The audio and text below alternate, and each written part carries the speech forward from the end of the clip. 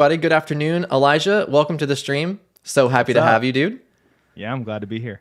Let's let everybody hop in and let us know if everything sounds good. We've been troubleshooting some internet issues this morning, and A little bit. so if you see Elijah a little bit choppy, he's still here. His audio has been solid, just the video has been a little bit choppy. So we want to make sure everything is good on that front, and all the audio and video stuff should be good. But man, I am excited to have you. I know you and I talk very regularly, so this is not really like a, you know, this is not new for you and I to be chatting like this, but I'm super thrilled, and I think there's lots of people that are going to be stoked and have tons of questions for you. I hope so. I mean, You're, we'll see. We'll see what people have to ask. I hope I can provide interesting answers. I think you can, for sure. First of all, addressing your background behind you, there's a lot of really incredible and hilarious things back there.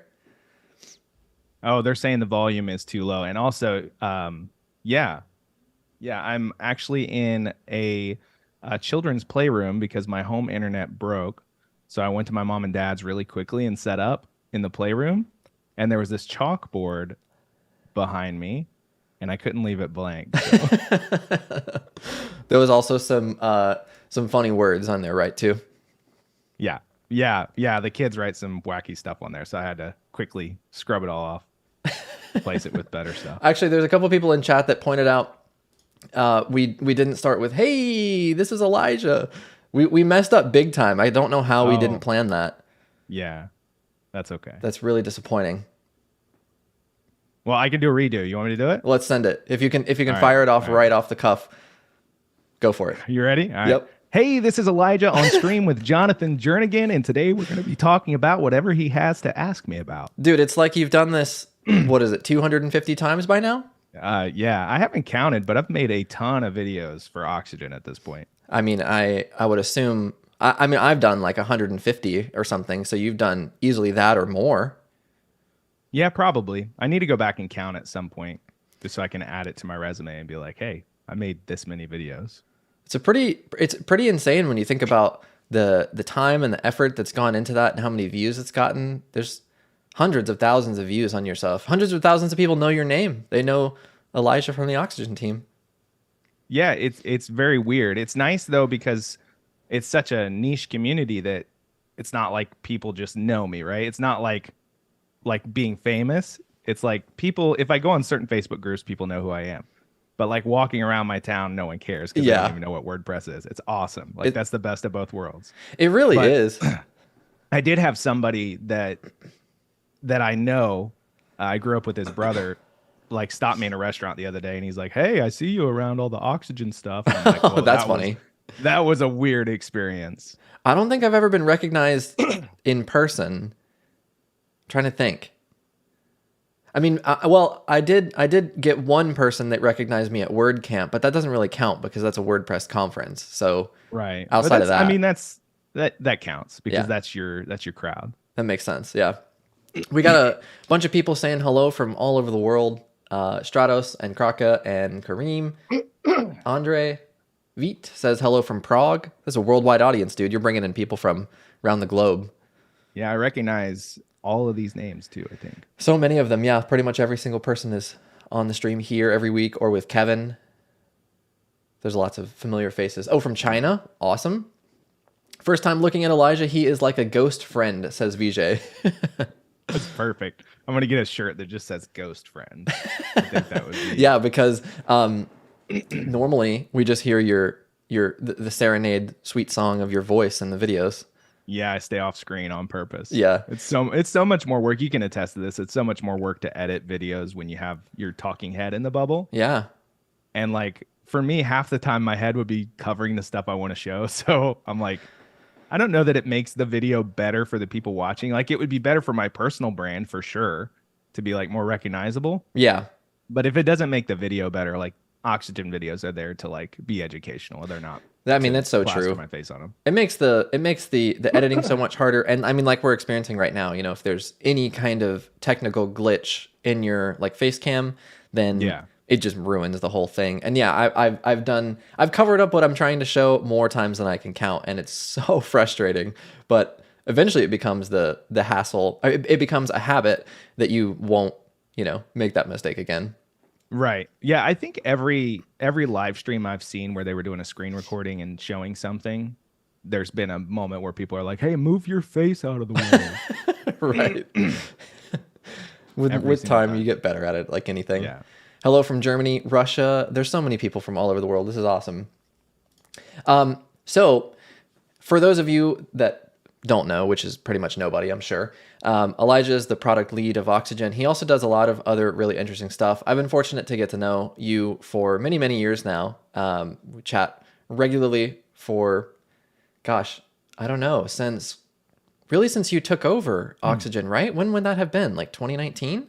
2019. So I started in 2018 and then didn't get involved in the product side until 2019. But Okay.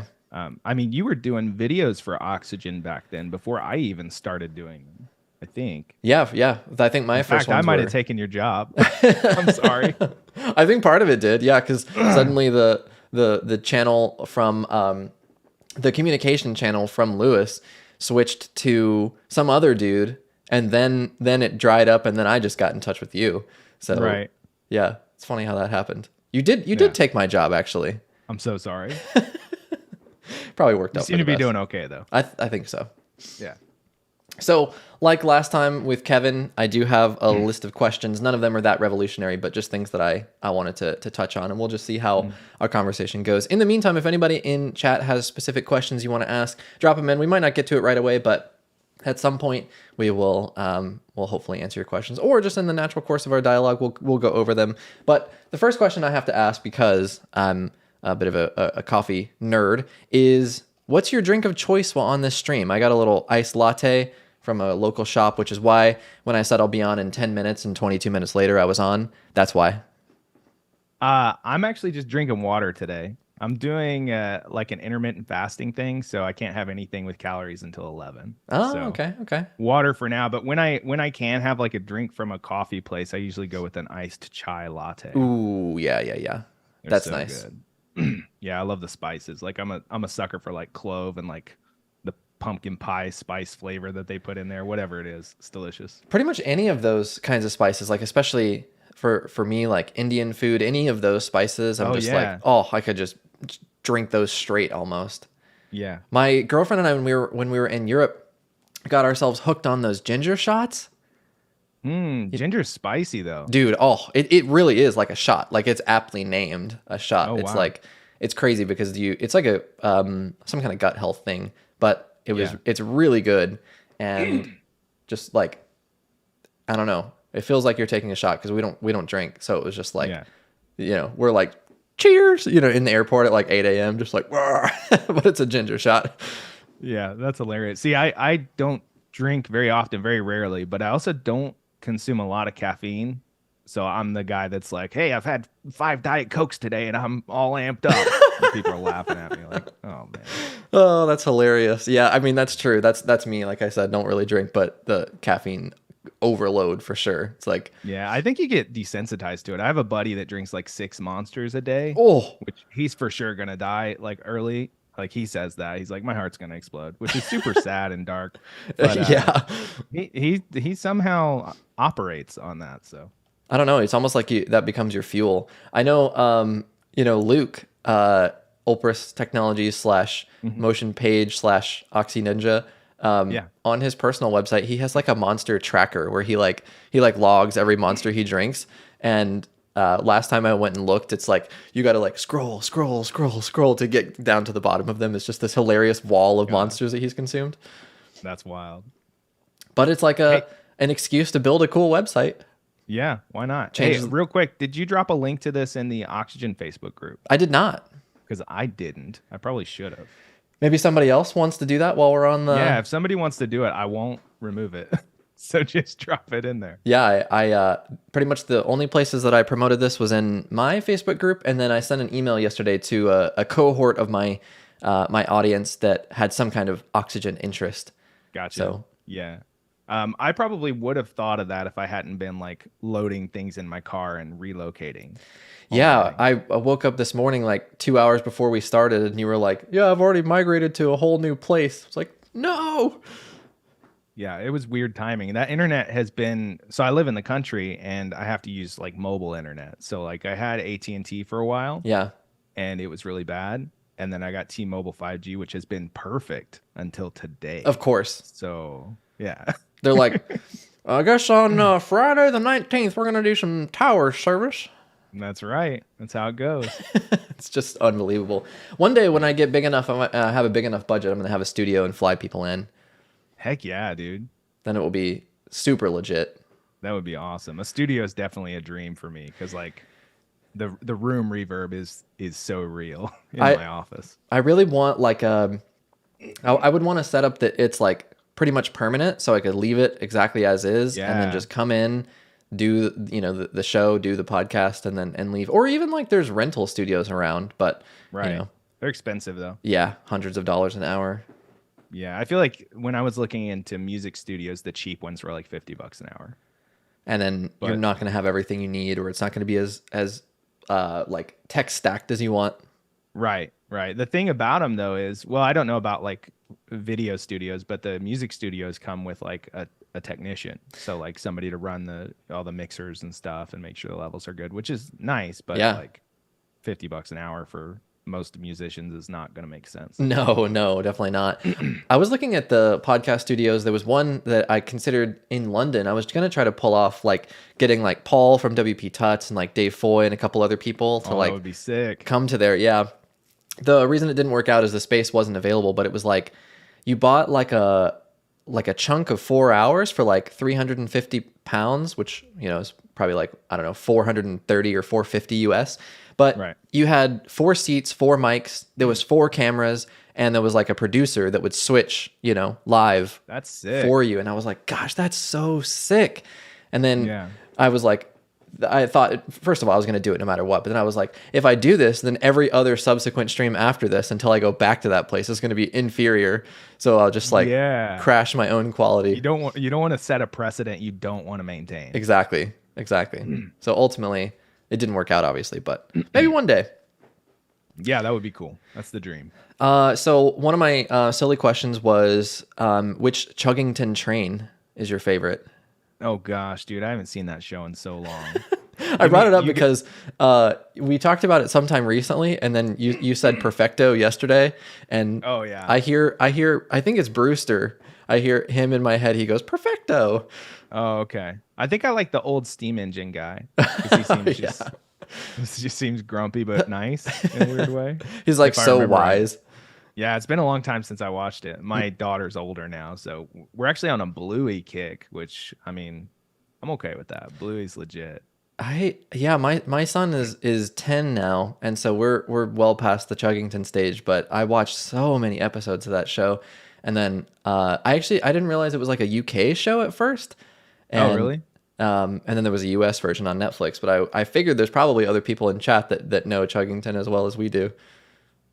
Yeah, maybe. Or they're just looking at us like, hey, we're here for website stuff. We're talking about children's cartoons. Can you not talk about children's TV? Why am I here?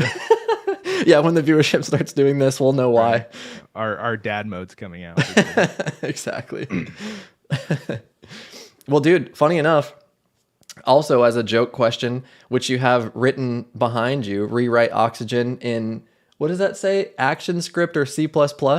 Yeah, I mean, there's a lot of good technologies these days, but I saw some really cool stuff on, what was it called? Like armorgames.com. Oh. Yeah, and Is that similar to Newgrounds? It's yeah, Newgrounds might actually be better. But yeah, I was talking to one of the developers and they're like, ActionScript's the way to go. So I figure.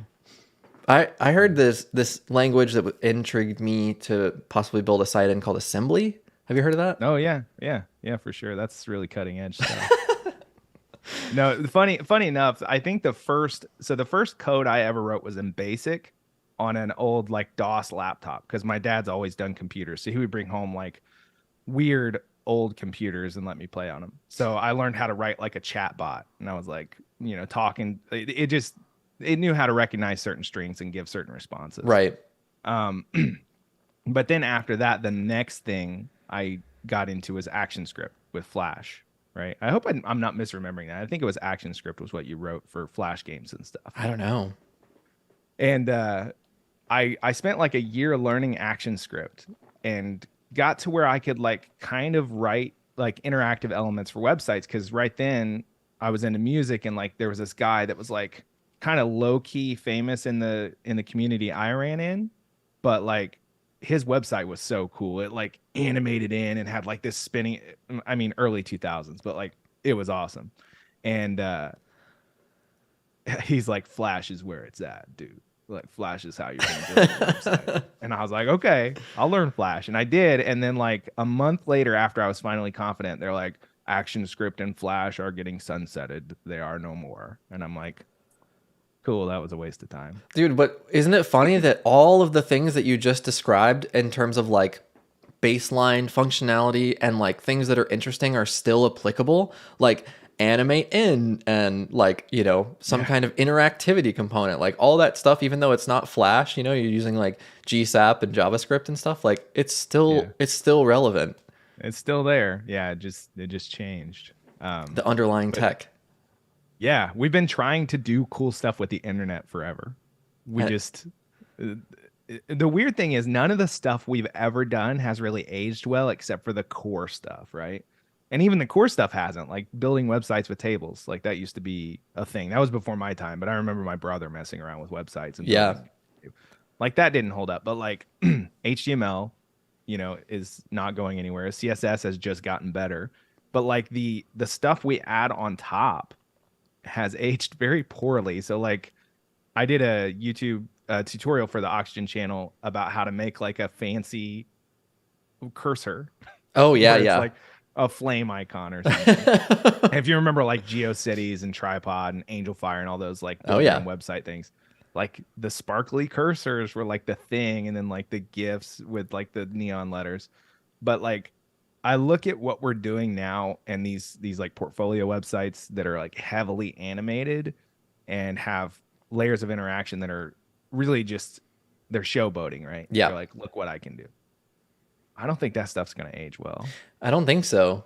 Because it's like, yeah, nobody wants to browse a website like that. When you go to it and like your scroll wheel doesn't do what you think it's going to do, and like the interactivity is like difficult to understand, and it's like, why can I see this image now that I hovered over it, but only this little circle? Yeah, I agree. That kind of stuff it gets old really fast. So then the question is, what are we doing now besides that we're going to look back on and be like, oops, that wasn't great? That's a good question. Yeah. And I honestly, my knee-jerk reaction for that is Chat GPT integrations. Yep, for sure. I think not to disparage Elementor. I mean, we've already done that a bunch. That boat sailed. But like the quickness with it that they rolled out their integration with scares me from a product development standpoint. For sure. Like, I know it's just a layer on top of things, but like, good Lord, dude, they didn't waste a minute on that. Well, it's taken them like 3 years to get a Flex container, but suddenly they can implement a Chat GPT, like, you know, integration in like 2 weeks or something ridiculous like that. That's because it's easy, right? The API is like pretty straightforward. That's why there's so much stuff that's just a layer on top of the API. But like building on top of APIs is brave. Yeah, especially something like this that moves so fast. And the thing that I think is crazy about it is like you're putting yourself up against the biggest corporations in the world with the biggest pocketbooks, and they have no affinity for you or what you're doing. Like, just pull the plug on the API, shift whatever is possible with it. Like you said, I mean, you already touched on the fact that it's really risky, but I agree. It's like I've been intrigued to try some stuff myself, and I'm just like, I think it's a bad idea just yet. It's not stable. We're not ready. Yeah, it's not mature, right? It's in that rapid growth phase. Kind of like how Gutenberg has been up until pretty recently. It was scary to build on top of Gutenberg. I mean, we have our Gutenberg integration, but it doesn't really use anything Gutenberg tells you to use. It just sits on top of it and does its own thing. But like building with the APIs and stuff that they provide has been a little scary. And I've seen some companies like like I think Toolset was the one most recently that was like, hey, we're not going to do anything with that for like a while. Dude, until speaking we of see what's Toolset, this is happening. a little bit of a tangent, but I want to go. Did their site come back up? Yeah, oh yeah, it's back now. But I was like, Okay. so I saw somebody post about it, and I was like, what? The whole site's down? That's Yeah, crazy. it is kind of I don't know if I know anybody over there, but I don't have any inside information. But it does seem a little strange to freeze development like they did. Yeah. If that's the company I'm thinking of, I may be mistaken, but um, yeah, who knows what's going on over there? I mean, our site was down the other day, and we're still okay, so I guess it doesn't matter. Let's see. I wanted to look at their blog real quick because uh, I don't recall reading anything about a development freeze, but I also don't pay attention to Toolset, to be honest, because there's just not really a compelling reason to. Yeah, it may not be Toolset. It may have been somebody else. Maybe But somebody. there was definitely one company that was like, "Hey, Gutenberg's changing too rapidly, and we're not sure like where this is going." Which Yeah. I guess would make sense for like a dynamic data custom field plugin to be like, "Hey," because I mean, isn't it really just a matter of time until Gutenberg's like, "Hey, add a custom field block." For sure. Yeah. Like, it makes sense, though. That's not who they're wanting to cater to, right? They're going for the Wix, Weebly, Squarespace crowd. Yeah, which is, I don't know. From our perspective, having spent so much time in the Oxygen side of things, it's like you have a little bit of a clouded perspective of like what's cool and what you can do. I guess it's like, I don't know. It's kind of like we talked about before with like the idea of you have so many people to cater to, and the vast majority of them are not technical like we are in the same like deep way. Yeah. But then, so it's almost like, I guess, the idea of technical debt, but then it's almost like, not, sounds terrible to say, but like user debt, like you're bringing in Yeah, I was such gonna a, say the same thing. Yeah, user debt is a real thing because once you establish an audience, you have to cater to that audience. yeah, really heavily. Right? Super And interesting. kind of having my feet on both sides of the fence between Oxygen and Breakdance, I see what both groups of users are like, and it's quite different. It's quite different, the types of support you have to offer and just the expectations of a more a less technical crowd versus people like the folks that use Oxygen who really know what they're doing. Yeah.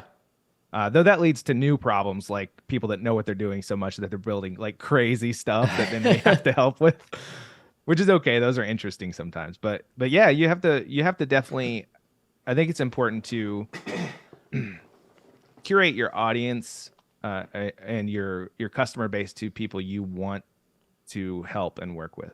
Yeah, I mean, I've noticed that even just like with the, with WordPress YouTube creators, like obviously people like Paul, WP Tuts are 10 times my size and beyond, but like the people that are over there are almost certainly not almost certainly, for the most part, are not in my audience. And then, somebody in like, there's an overlap between like mine and Kevin's, but then Kevin has a different sort of pool of people. It's like it's an interesting thing to think about, what you're presenting and what you're sharing and who that brings in to your pool of people. Yeah, absolutely. It's pretty much, I think that's something that most product, like young products, don't think about because it's not a reality. You don't have your first customer yet, but like everything you do from your branding to your product positioning is going to curate that audience. yeah, at a that's, certain it's like, age. especially with WordPress products, people just like send it with a thing, with a plugin. They're Yeah. just like, my thing does this thing. And then it either succeeds or it doesn't. Right. Yeah, exactly. There's not really like like a marketing effort and like clear thought direction behind who this serves and why and all those sorts of things. Yeah. Yeah, you're definitely not given that kind of thought early in the product, but I think it's after you've launched and you see the realities of the product, it's probably a good idea to have that conversation. Shift while you still can when you have Yeah, 30 you users don't instead of 3,000. exactly.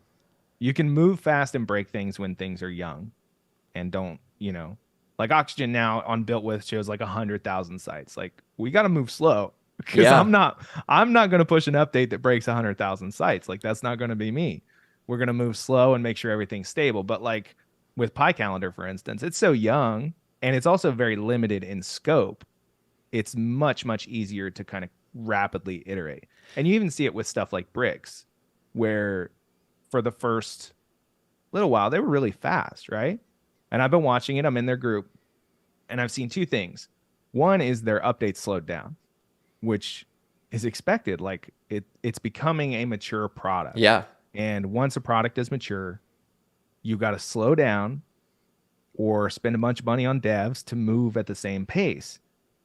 And even if you spend a bunch of money on devs, there's still going to be a bottleneck of like testing, right? So then you need like a team of testers, and like you can speed things up. It takes a lot of money, and a lot of these products don't have that. But like with bricks, I've seen it slow down, which makes sense. That means they're reaching maturity, which should be a good sign. But I've also seen their community grow, grow very unsettled. Oh, As that interesting. happens, because they're used to the excitement of a young product. Yeah. Right? And I've seen some of the negativity we used to see in the Oxygen group kind of over there has started to rear its head a little bit. But it's growing pains. I mean, that's just what a product goes through. It goes from being young and fast, and then just like humans, it slows down as it gets older. Slows down and becomes complacent. Yeah, right. Well, hopefully not complacent. So the thing is, you have to. There's a careful balance between, especially for something like Oxygen that's not a subscription product at this point, like you have to attract new customers, right? That's our revenue stream. But like you have to keep your current customers happy too, because they're the way that new customers are hearing about you, unless you're spending a bunch on ads, which we don't. So like word of mouth is important. So there's a balance between like, okay, we have to do the stuff that the people that have already bought Oxygen want, but we also have to make stuff that pleases them and attracts new people. So there's definitely a balancing act that happens, and bricks is in the lifetime deal environment as well. So I'm sure they're struggling with the same thing. It's a vicious cycle. It's like a never-ending treadmill. Because like, at what point will people be appeased enough? Like even Never. Yeah, probably not. I mean, and that's not like a negative comment towards the users. Like that's just our nature. Humans are never like fine. We're never okay. We are always looking for the next carrot on the stick. For sure. Like as soon as you have what you want, guess what? You want something new. Next. Right. And that's just the nature of humans. And that's what I mean, if you're selling products to humans, you're going to have to contend with that. Well, it's like, using Oxygen for so long, I wanted to be able to query users and taxonomies. But I know for a fact, once I got that, it would have just been like, okay, here's the next thing. Yeah. Was that the one that we ended up introducing something that like kind of knocked that out? Oh, no. No. It was like advanced query, like the query builder. Yeah. Yeah. That sucked. Dude. But honestly, like that was one of those things that was like a blessing in disguise, where like on the surface, it was like, damn, this sucks. But then later I was like, and that was like really before my move away from Oxygen. It was more like I actually didn't want to be involved in something like that and be responsible for upkeeping, just like you said, a product on top of another product. Right. And the idea of building something with ChatGPT is the exact same thing that I feel about building a product for Oxygen or bricks or Generate or anything. Like, to me, you're beholden to whatever somebody that you have no say in and no involvement in is going to do. So it just seems like really, really risky. Like, I was thinking I loved for so long hydrogen pack for Oxygen was just like such an incredible, performance boost. I was like, what if something like that existed for Gutenberg, where like, you could have like a keyboard shortcut for whatever, like changing breakpoints or stuff like that, quality of life type things. And then I was like, that sounds pretty cool. And so I started to like think about, I wonder if I could do that. And I was like, wait, no. This is bad. Stop. Yeah. Learning to say no to cool ideas is kind of a superpower. Yeah, definitely. And I think it's weird. There was a guy who was messaging in my Discord yesterday, and he was talking about having difficulty saying no. And I thought to myself, it's interesting because when you start to say no, the better opportunities present themselves, and you're able to take what you're actually interested in and working on way further. Absolutely. It's like like prioritization is like a core like human skill that probably needs to be taught in schools. I think so. Like Eh, eh, Everything needs to be prioritized, basically. Like, And what's the you most important thing, and focus on that. like the idea of like people having like they're like top 3 priorities. It's like, well, those aren't actually priorities because one needs to be the priority. Right. There is no priority if there's 3 of them. Well, and to be fair, life is messy, and sometimes you do need multiple things on your plate. But Yeah. like, being willing to cut everything else except for the core, most critical things is gonna save you a ton of headache and heartbreak. There's I think I touched on this probably like 2 weeks ago or maybe last week. I forget who I was talking to. Might have been on a stream, but I recently, well, I guess you would call it fired. That sounds really aggressive. I let go of a client that had been with me on a care plan. They had like 2 or 3 sites, so it was a couple $100 a month, and they had been on a care plan with me for many many years. So there was like a sense of attachment because they were like a legacy client, but Right. every single time I saw their name pop up in my email or in my text messages, unfortunately, this is such an old client that they had my personal cell number, Yeah. and I would see it and I'd just be like, oh gosh. And then it was like, part of me was like, well, I make a couple $100. And then I decided, you know what? I'm going to let this go. It was kind of a nasty breakup. They were really unhappy. Oh, geez. Yeah. And then, but now it's been like over a month, and I'm just like, oh, it's just like Right. that Yeah. clarity. They suck up so much of your time and attention, and it's not just clients. There's projects and personal things that happen that way. Absolutely. I definitely understand that sense of dread when certain things come up. It's like a feeling, I literally feel it in my gut when like I get a text message for something like that. That's like something I'm kind of responsible for and like help out with, but I really don't want to. Yeah, Ah, dude, it's such a bad feeling. And eliminating that stuff as much as possible is a good call. it really is. Yeah, I mean, Adam just said in chat like a giant weight being lifted. That's exactly it. Exactly. So I was gonna ask. I have some other questions, but I saw somebody already asked about Pi Calendar Pro, and you have Pi Calendar written behind you. You said convert to real Pi. Yeah. What does the second line Yeah. say? Make it like eBay more. I thought that should go on the roadmap. Make an Amazon clone out of Pi Calendar. Yeah, and then the last one is I think we should probably look into rewriting it for Joomla. Oh, that's up and coming, right? It's about to overtake WordPress. Yeah, I think so. Make structure panel worse, says VJ. Exactly. Yeah, I mean, it's too easy. You guys are just like breezing through all those reorders. I just think that everyone needs a challenge in their lives, and it'll also work on like wrist strength. So The other one I had was when's the view rewrite? But you've already covered that because it's C++. Action script. Yeah, Vue's old news. I was going to mention Pi Calendar because my question was actually, you've built some really cool projects that you're involved in outside of Oxygen. Like Form Styler is one that I thought was really cool and something that I still use occasionally. Thank you. And I was just curious, what other personal projects do you have going on that you're most excited about outside of the Oxygen world? I'm getting into podcasting. Yeah, my wife and I were going to start a YouTube channel that was like cooking and stuff because I've always wanted to try that. And then it was way too much work with the video. Yeah. And I was like, forget this. This is like way too much work. And then she's like, what if we just did a podcast? Which we actually have one that's out in the world that if you're a good investigator, you might be able to find. It's still on all the platforms that we did when we were like 20 something. And so now we're firing up a new one. And then I started a personal podcast just for myself that's covering like tabletop role-playing games and stuff because that's one of my biggest hobbies right now. And then I'm starting one with my dad too, which is just like a banter podcast. It's really interesting. The thing I love about it is that when you give someone headphones and give them a good mic and they can hear themselves sounding like they're on the radio, the conversations open up.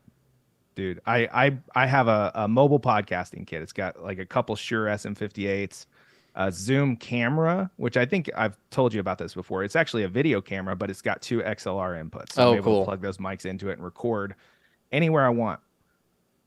And then I can plug in the headphones and I can just sit there and record with whoever I want. So I brought that kit over and recorded with my niece and my nephews and my daughter, and like interviewing those kids on the podcast, like they shared stuff with me they would never tell me normally. Like my daughter will never tell me how her day at school went or anything, but I learned all kinds of stuff about her day at school when she could hear herself talking. That's really And like, cool. yeah, and I think it happens with adults too. Like it's just a different environment, and I expected for people to get shy, but they don't. They open up, and it's just like easier for them to talk because it's almost like they're playing pretend, right? It gives them a confidence, like wearing a costume on Halloween, right? Yeah. Run around with your Superman costume, you feel like you're on top of the world. But you give people a mic and don't put them on video because Yep. people are weird about video. That's what I was gonna But say. just audio, dude, they open up. So that's something I'm exploring now. Something I'm excited about. It's interesting you mentioned that because in the back of my mind, I've been considering doing some of these episodes audio only and just like Yeah. having conversation topics and especially for cases where like the video adds a layer of complexity where Yeah, it absolutely. might mean that something doesn't happen purely for the sake of a camera being involved. Right. I've thought about that too. And I thought it was so weird for the longest time watching all these podcasts and these dudes or, whoever is the guest, they just have these huge headphones on. I'm like, you guys are sitting across the table from each other. You don't need those. But then I learned, like you said, that it's because they can hear themselves and it makes it Yeah. so you don't interrupt each other too, which I found fascinating. Absolutely. Yeah, yeah, and you can hear like what your signal sounds like because like the device I record into has like limiters and compression and all this stuff just to make it sound better, and like you can hear what you're doing and make sure you're not peaking and stuff like that. So it's got some utility beyond just like the psychological aspect. Yeah, that makes sense. Adam and Mario in the chat said, drop some links. So if you feel comfortable. Y'all are gonna have to. You guys are good at investigating things. You always find stuff on the Oxygen site like 3 minutes before I publish it. So like, I'm expecting people to do some digging and find my podcast stuff. Taylor Drayson, like probably like a year ago, he built that like Oxy changelog site, and I don't know what he did exactly, but he messaged me and he was like, "Dude, I know about the Oxygen releases before they're live because he something like they scraped the site or like RSS feeds Yeah. or something like that." It was just like Yeah. before Elijah even posts it in the in the Facebook group. Yeah, yeah, for sure. I've had many times I'm like, okay, I'm gonna publish this, and it takes me like 5 minutes before, I make the file live, and then it takes me a couple minutes to do the post, and then it takes me a couple minutes to do Facebook, and by that time, people are like, hey, it's live. Here's what's in it. I'm like, cool. That's amazing. I was curious, just in terms of like, do you get nervous still pressing the publish button on updates for Oxygen? Like you said, with 100,000 plus sites, kind of knowing the weight. What does that feel like? Or are you fairly confident? Because I mean, you really haven't had an update that's blown up people's sites big time, right? Yeah, we're very careful. Knock on wood. It's always scary pushing the button, right? And that's why I have a job, because pushing the button is scary and somebody has to do it. And that doesn't mean I'm not afraid. It just means that it's like performers will tell you stage fright never goes away. Yeah. You just learn to power through it. It's like, okay, I have to push this button at some point or else it's never going to go out to the world. So you do your best. I live and die by checklists. I have a Notion set up with all these like templates, and I can be like, okay, I'm releasing this. Here's my checklist. And, I'll compare the release I'm about to push out to the previous release in GitHub to make sure there's no difference or there's no changes in the previous release that didn't get merged, because I've had like one close call with that and I was like, nah, that's not going to happen. And then obviously we have our alpha beta RC cycle, which helps a lot, but not a lot of people download those and test. So we usually don't start getting a lot of bug reports until the RC comes out and people start using it on production. Yeah. But that release cycle does help because a lot of the low hanging fruit gets caught early. But that also gives us time to do our internal testing. So I have a procedure called touch point testing, which probably isn't unique, but I came up with it without referencing other stuff. And it's like a collection of like 30 routines, and each routine is like 2 to 4 steps at most, because testing sucks. Yeah. Everyone hates testing. It's the worst. You'll fall asleep and your face will hit the keyboard, and testing's awful.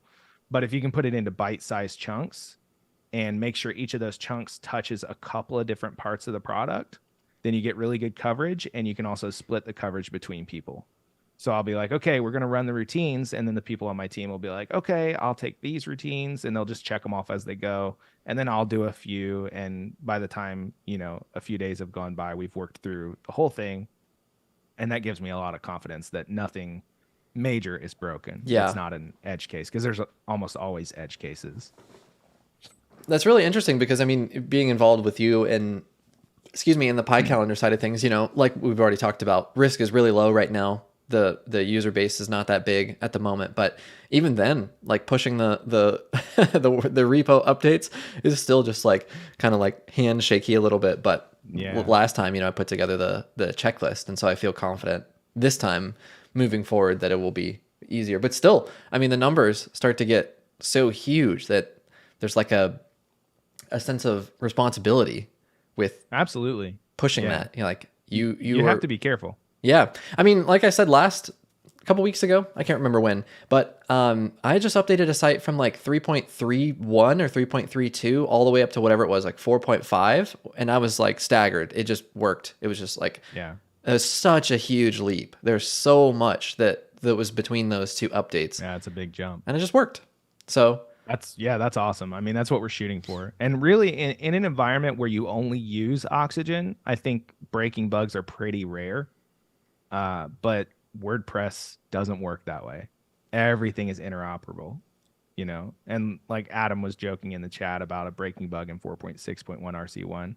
Well, I think we didn't release it yet, but we have an RC2 coming out, because there is a bug in that happens under certain circumstances. If you're using certain plugins that call this certain function that we happen to make available in our Easy Digital Downloads updater, so that Cloudways could run their CLI updates. So that's one of those things. It's like a really safe change. Like, okay, we want to make this so that Cloudways can automatically update Oxygen. Well, guess what? They're not the only ones that use that function. And apparently that function is getting called when it shouldn't be and causing a fatal error in some cases. So you can't catch them all. Like, you do your best, you do your release cycles. You hope that people test their weird setups, because you're not going to, I mean, I could test one release for a year and a half and not catch the bugs that people will catch when I release it. Yeah, for sure. It's just not possible. Just like yesterday, getting a bug report for Pi Calendar where it's like in the same post type, a couple of events show up and a couple don't. I'm just like, how could I possibly replicate this? This is insane. Did you figure that out? No, the guy sent me the info, so I want to dig into it more, but I'm intrigued. That's interesting. It's probably another plugin. Like in a sterile environment, most stuff works perfectly. Like if it's in isolation, just WordPress and whatever it is, like it's fine. That's why I'm a big advocate of limiting plugins, not just for bloat. I mean, bloat's a thing, but it's not as bad as it used to be. But like just less breakage. Yeah. When you update stuff. Less moving pieces. I love those memes that are like, it works on my machine.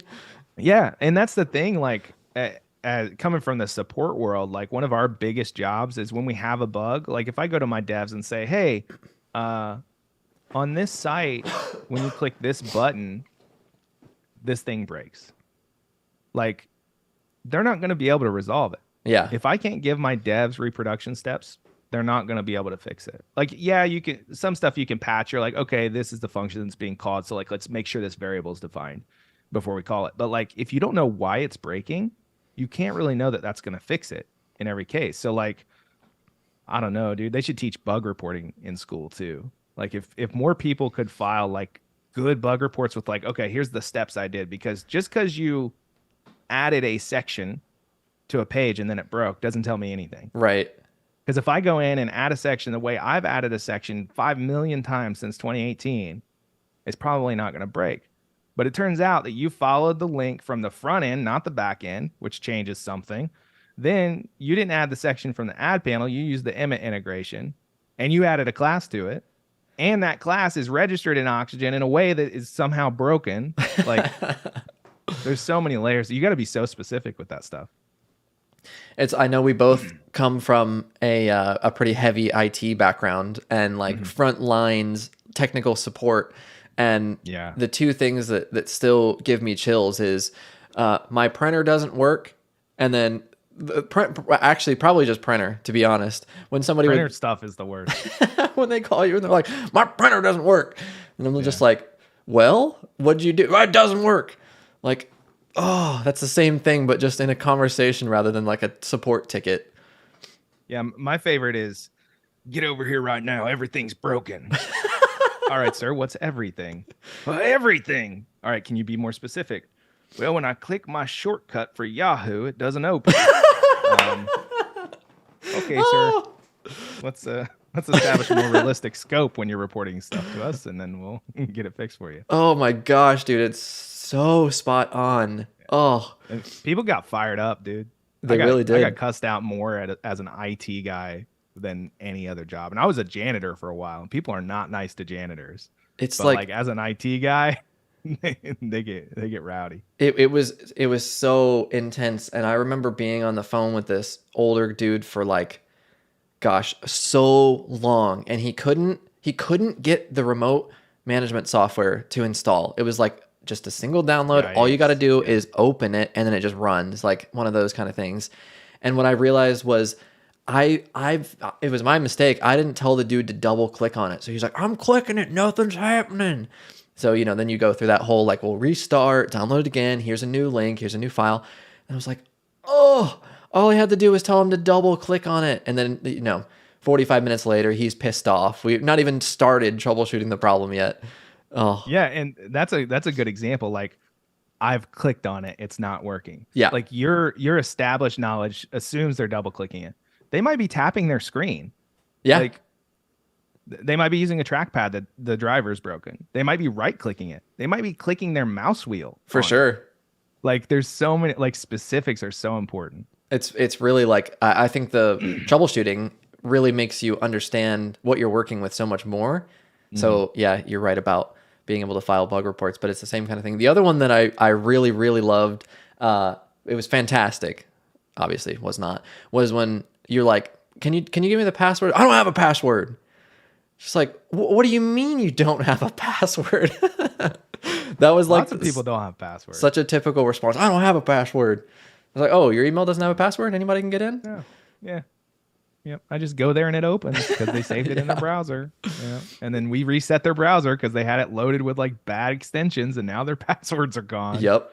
Oh, great. Yeah. Kyle I said, spent way too much time on stuff like that.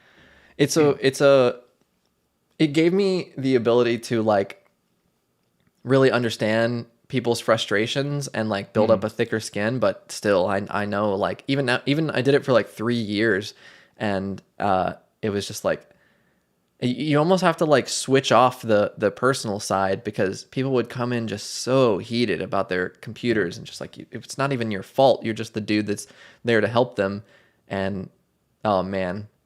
I like that job because I love hardware and networking and that kind of stuff, but I did not like that component of it. Yeah.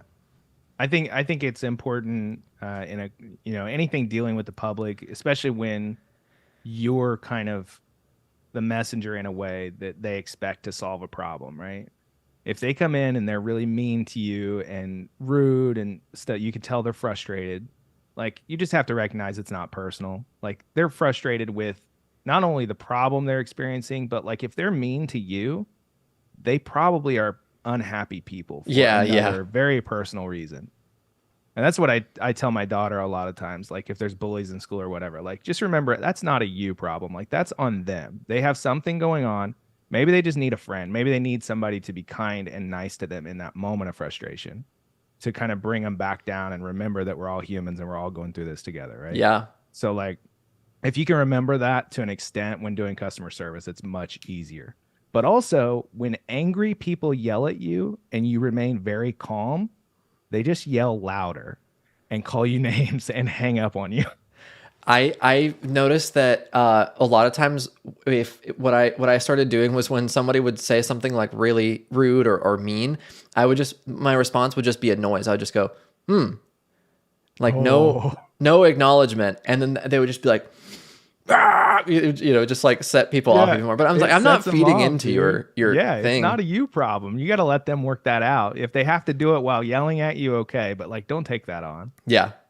Gosh, it's like I mean, I don't know. I'm not in support for oxygen, so I don't know how rowdy people get, but at least Not there's too a, bad. oh, good. Yeah.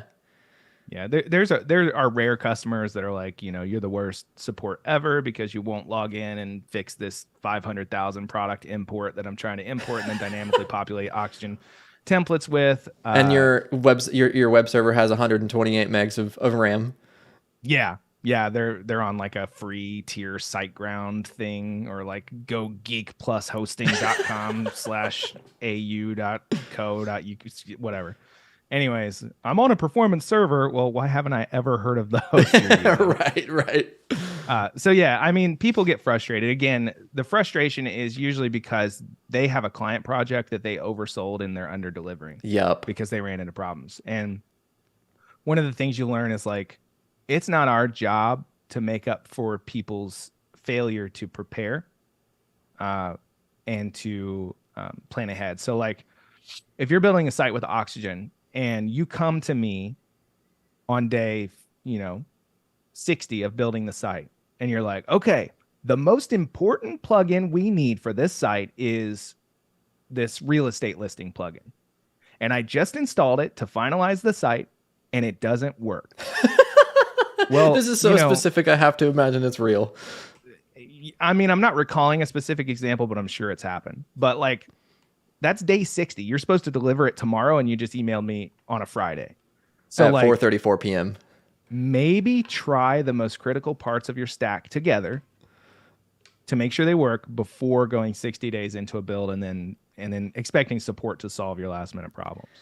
I feel like that's the big thing that we see when people are frustrated. It's because they got themselves into a corner, and we are not the people to get them out of that. Like, your job as a professional is to plan ahead, make sure things work together, because even if we test it and it works perfectly, there may be a checkbox you tick that I don't that breaks things. Yeah.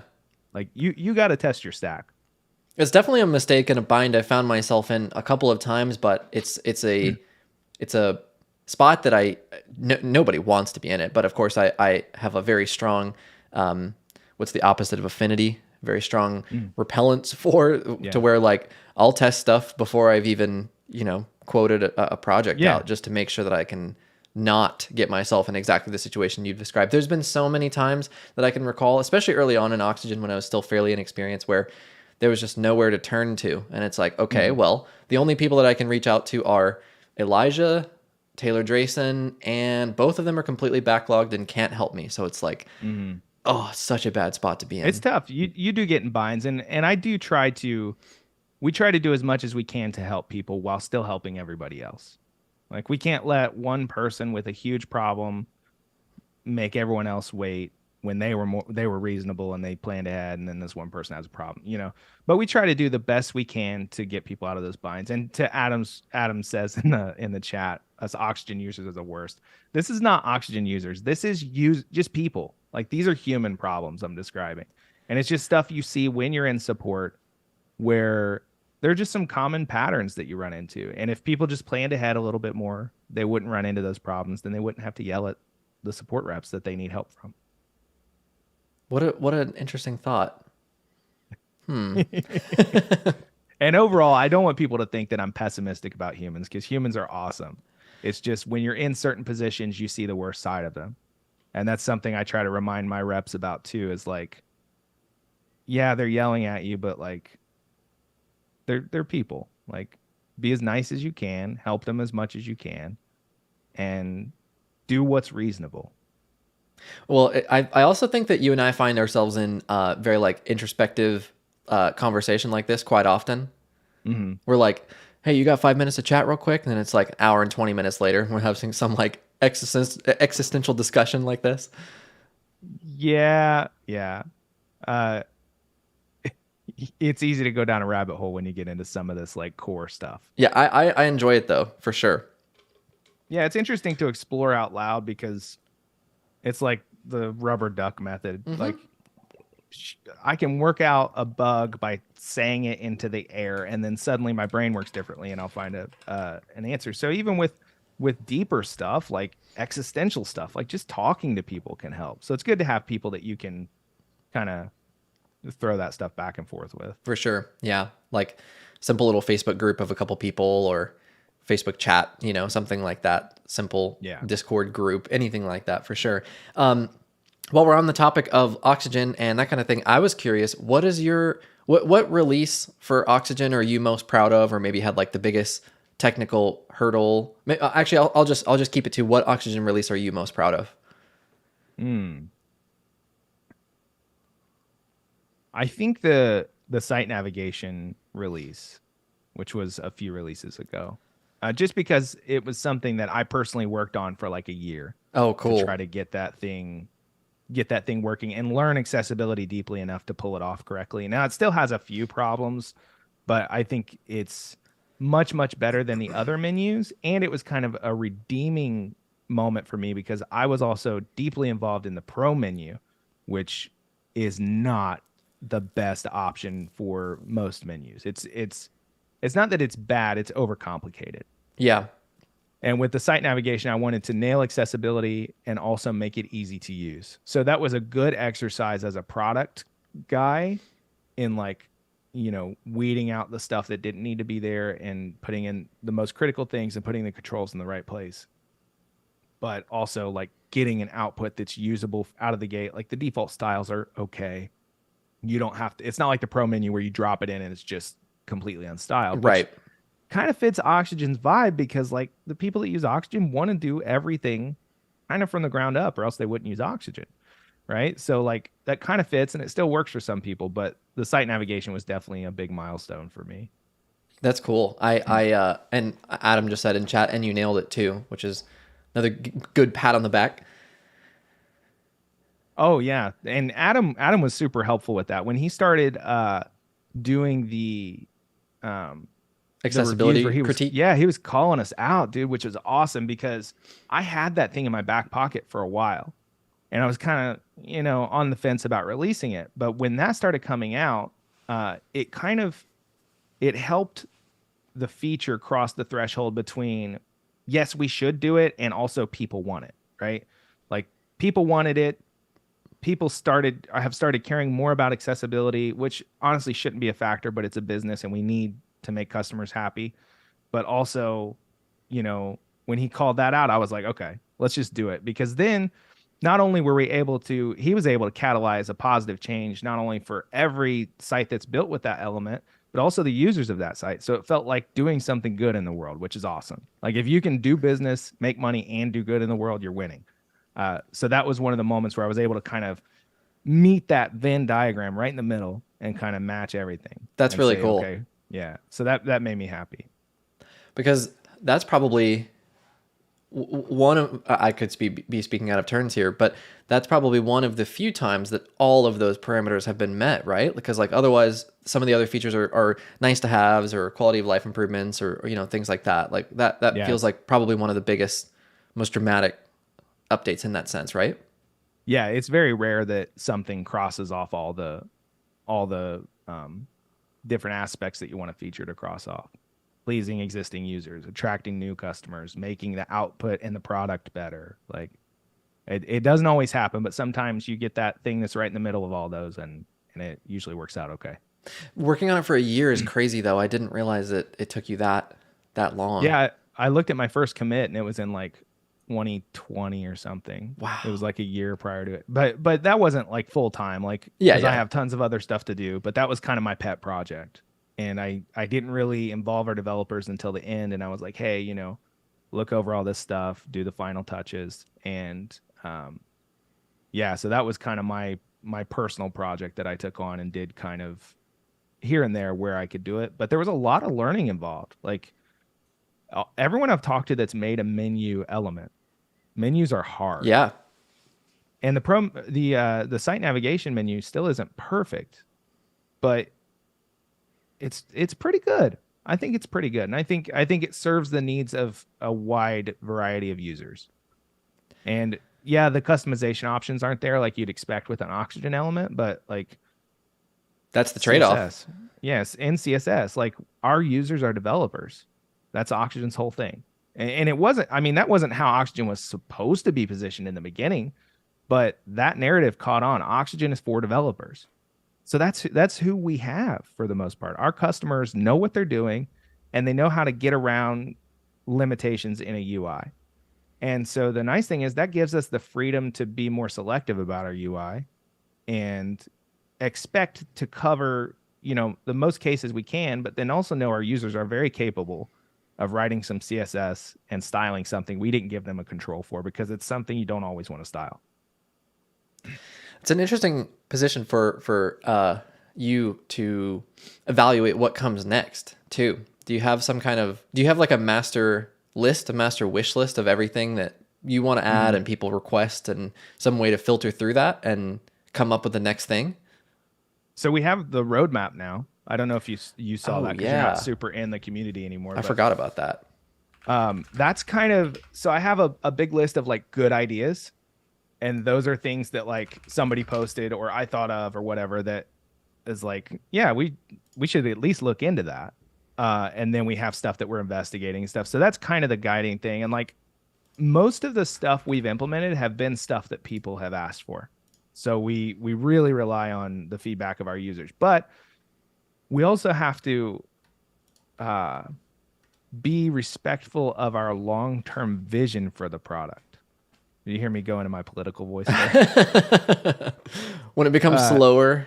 Right. Yeah. Got to think those things. No, but we do have, I have a long-term release plan, and I've said it before, the plan for Oxygen long-term, and it does have a long-term plan, because I saw somebody mention like, you got to talk about the future of Oxygen. Well, Oxygen's like what keeps me in a house, and it's a serious business, and it makes serious money, and people's livelihoods rely on it, and it's going to keep going for a long time. I don't see, any way the Oxygen is just going to fall off the map. I think it will actually get stronger, because I want to position it even deeper as the, builder for developers. And while everybody else is scrambling for I call it the big money, it's the broad money, right? Because the broader audience of non-technical users, you can make a lot more money there. Your ceiling's higher. But like Oxygen has a nice little spot positioned right there where it's hard to compete with it. And a lot of people don't want to compete with it because they know the ceiling's a little bit lower. So I want to entrench it even deeper in that, like the Emmet integration. I don't know how many people are using that, but that thing makes building with Oxygen so much faster. The next release, I think I have it in the pipeline on the roadmap, is going to be code mirror improvements, right? Like that's the next feature that we've really dug into, that is the most likely thing to come into the next release. And making code mirror better so the Oxygen's more of an environment for people that can write code is something I've wanted to do for a long time. Just developer focused stuff. And I don't see that being something that fades out very quickly, because people are always, they're leveling up from the Elementors of the world. And the people that do level up from that will look for something different, and Oxygen will be well established because it's a mature product that's been around for a long time. And they'll come into that, and then eventually they'll level up to writing themes or like React apps or something, and that's fine too. But like we'll definitely remain as a stepping stone there, and some people will live on that stepping stone, and that's awesome. We love those people. We touched on that with Kevin, like that graduation that happens. And you I think you were in the chat talking about it at that time too. Like it is really interesting how coming into the Oxygen space, for me, I've talked about it before. It's like having next to no knowledge of CSS or Flexbox or any of the core components that make Oxygen great. And then it's like you step away from Oxygen and go hand code something, or you're involved in a different website, and it's just like you're banging stuff out. And it took me a while to realize, I was like, wow, this is crazy, because so much of this foundational knowledge came from Oxygen, which enables you to do so much more. Yeah. Other it really tools. It's a good tool for learning a code, because Oxygen's UI has limitations, but they're all able to be worked around if you just figure out the right little snippet of CSS or whatever to work with. One little function. So in some ways that limitation, this sounds stupid, it's almost a service to people, because it forces them to learn more. Right? Not that we're limiting things on purpose, but like if you can learn while using a tool that makes your job easier and faster, that's awesome. And also, I've talked about this before, like we don't obfuscate the property names, like it's all pretty much Yeah. labeled the same. So like, you know, you're going to know more when you read CSS after working with Oxygen than if you had been working with something like Elementor. It's like I've said before, it took me longer than I care to admit to realize that it was quite literally like one-to-one with CSS. And it was Yeah, like, it's pretty close. it Pretty was close on most stuff. pretty much everything. Yeah. Yeah, definitely. Even like the pseudo selectors, there's all like the default ones for before and after and those kinds of things. And for a long time, I was just kind of like, I don't need that. Then eventually I was like, Right. whoa, this is right here. This is sick.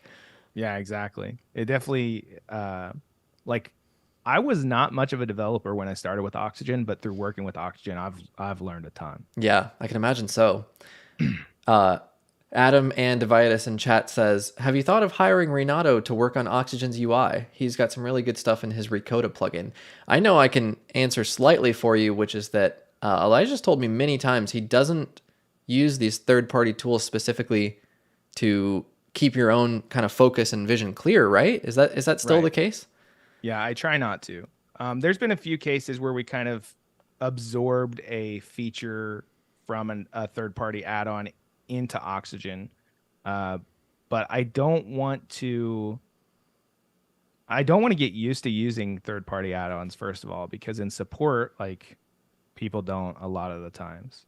Um, but I want to be careful about uh, absorbing ideas from things, right? Like, yeah, I mean, it's an add-on for Oxygen. We could go through the add-ons and like look at all the cool stuff. But like, I want those people to be successful and to have successful add-on businesses because that ecosystem's good for us. And if we're just out here, absorbing all these add-ons, then we're not going to have an ecosystem. So it's definitely a careful balance because we have to know what people are doing and understand it. And I have been watching Ricotta and it looks really cool. Yeah. And I'm a little jealous of some of the stuff he's done. But I've also talked to him. Like we're in communication directly via email about stuff. And but I also want to see what happens with that product just as a standalone thing and see what happens because the add-ons are opinionated. They are assuming you want certain things. Oxygen also has its opinions, but they're a little more broad. Yeah. With an add-on, they're kind of narrowly focused on a certain type of user. And not everybody that wants to use Oxygen is going to like every decision that's been made in a third-party add-on like that. And I've seen some that I feel are downgrades. Yeah. Agreed. Because they're building what they want, right? And that's fine. I think everyone should build the stuff they want. But we have a lot of users to think about, and we have to be careful about what we change. I think the thing that struck me was like you said, the third party add-ons, especially the ones that changed the UI, are really opinionated. And for me, like I'm sure most of you, probably you especially, Elijah, like I know like the exact mouse movement to get to the add panel, or like the exact stroke that I need to get to settings or whatever. And so when those things changed, it was like my brain short circuited, and then it was like frustrating. I was like, oh, I don't want to. No, this doesn't help me. Yeah. This is worse. It's hard to retrain muscle memory.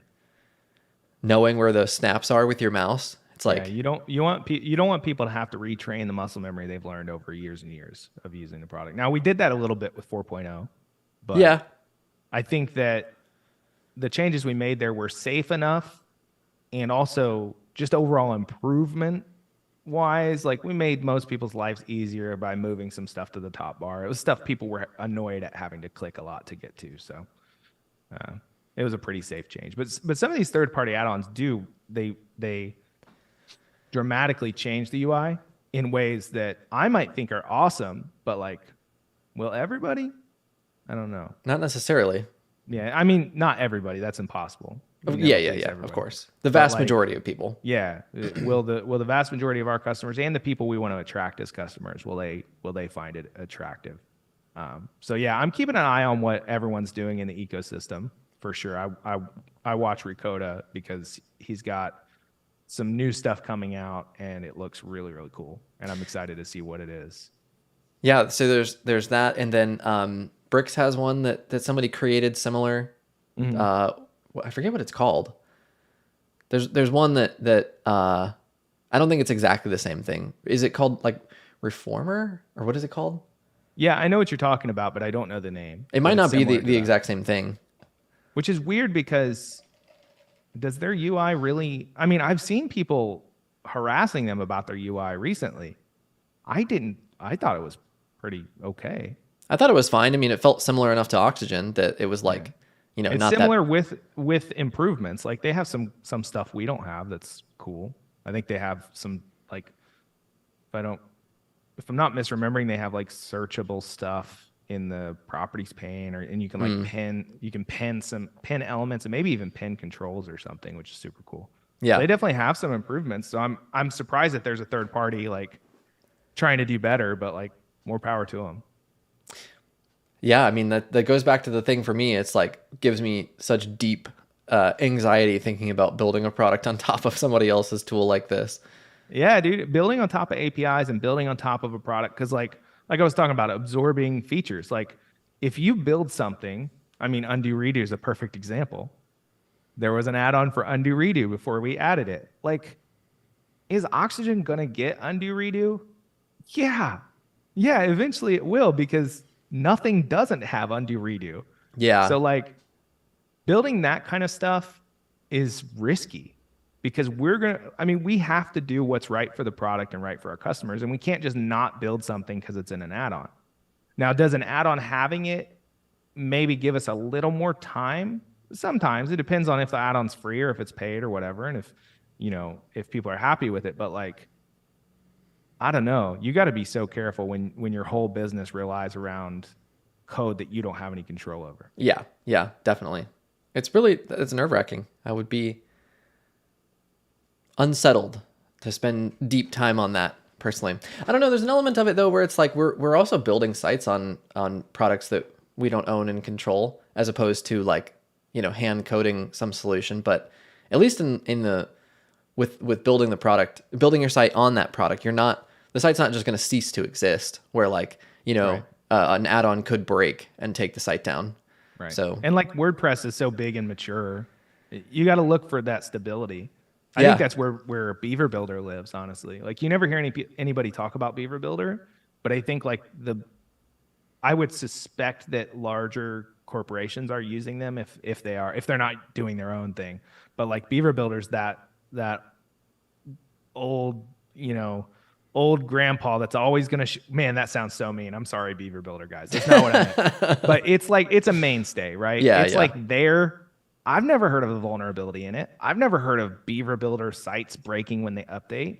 But they're also not changing a lot. It just like is what it is, but it's also very stable. And that's a good place for a product to live too. And I think Oxygen's gotten there. Like Oxygen is very stable. Yeah, we get bug reports in the Facebook group and stuff. There are still edge cases, but like stability is important. So you look at something like WordPress and building on top of WordPress. I mean, the last WordPress update that broke something, I don't remember. I mean, it breaks third-party plugins maybe that were poorly coded because sure. the ecosystem's wide open and anybody can write anything for it. Yeah. But if you limit the amount of plugins you have, WordPress is pretty stable. Well, it's just like the well, actually, before I go to that, Kyle is saying people that love Beaver Builder. Yeah, I mean, most of the time, the people that I hear talking about it are in the admin bar, and it's people that have 40 care plan clients all on Beaver Builder, and it's just like And I bet they rock never solid. break. Yeah. Bet they never break. Exactly. I think that's really true because that's a big portion of a lot of the things that I'm considering right now, and I'm making the shift. I haven't made this video's not out yet; it's coming soon. But I'm making the shift away from Cloudways because of the fact that the stability is of concern to me. And Where are you going to? I chose grid pane, so I'm going to do that. Yeah. And the big It's hard reason not to choose grid pane when Patrick's just like popping out of a hole in the wall every time hosting comes up. That guy puts in work. he really does. He really Yeah. does. And then it's like there's a lot to be said of just being there. being present. Yeah. Yeah. Even like I learned that a long time ago with the IT business and local networking. Like just knowing everyone brings you business because Yep. you're the person that's there when they need what you have to offer. So Definitely. That's what I think he's doing, and he's doing a very good job of it. Absolutely. I mean, if he gets even one person every couple days, it's like, hundreds of dollars of ARR for him. So it's like, it just Yeah. makes sense. Make some Facebook posts. And Absolutely. the thing is, it's like, a big reason why I'm choosing them is the stability that comes with it. Not necessarily because of grid pane, but because the servers, you own the relationship directly with the provider. Yeah. And so it's like, technically grid pane could cease to exist and all my stuff still runs, and I could Right. find some other management interface or hire somebody to handle it through root, like, Yeah. so that's a big part of it. Stable and boring is really good, which is why for so long I had small little like quips with Cloudways, but it was like, it's stable and it works. So, Right. it wasn't enough for me to leave. But then now these shakeups, the stability's been rocked. So Yeah. it's a big part of it. Yeah. I just remembered something with Cloudways. I can't actually say it, but I ran into maybe a pretty big problem. I need to confirm it. But Cloudways, I use Cloudways for all the sites that I personally host, because I still have like a handful of sites that I do monthly updates for.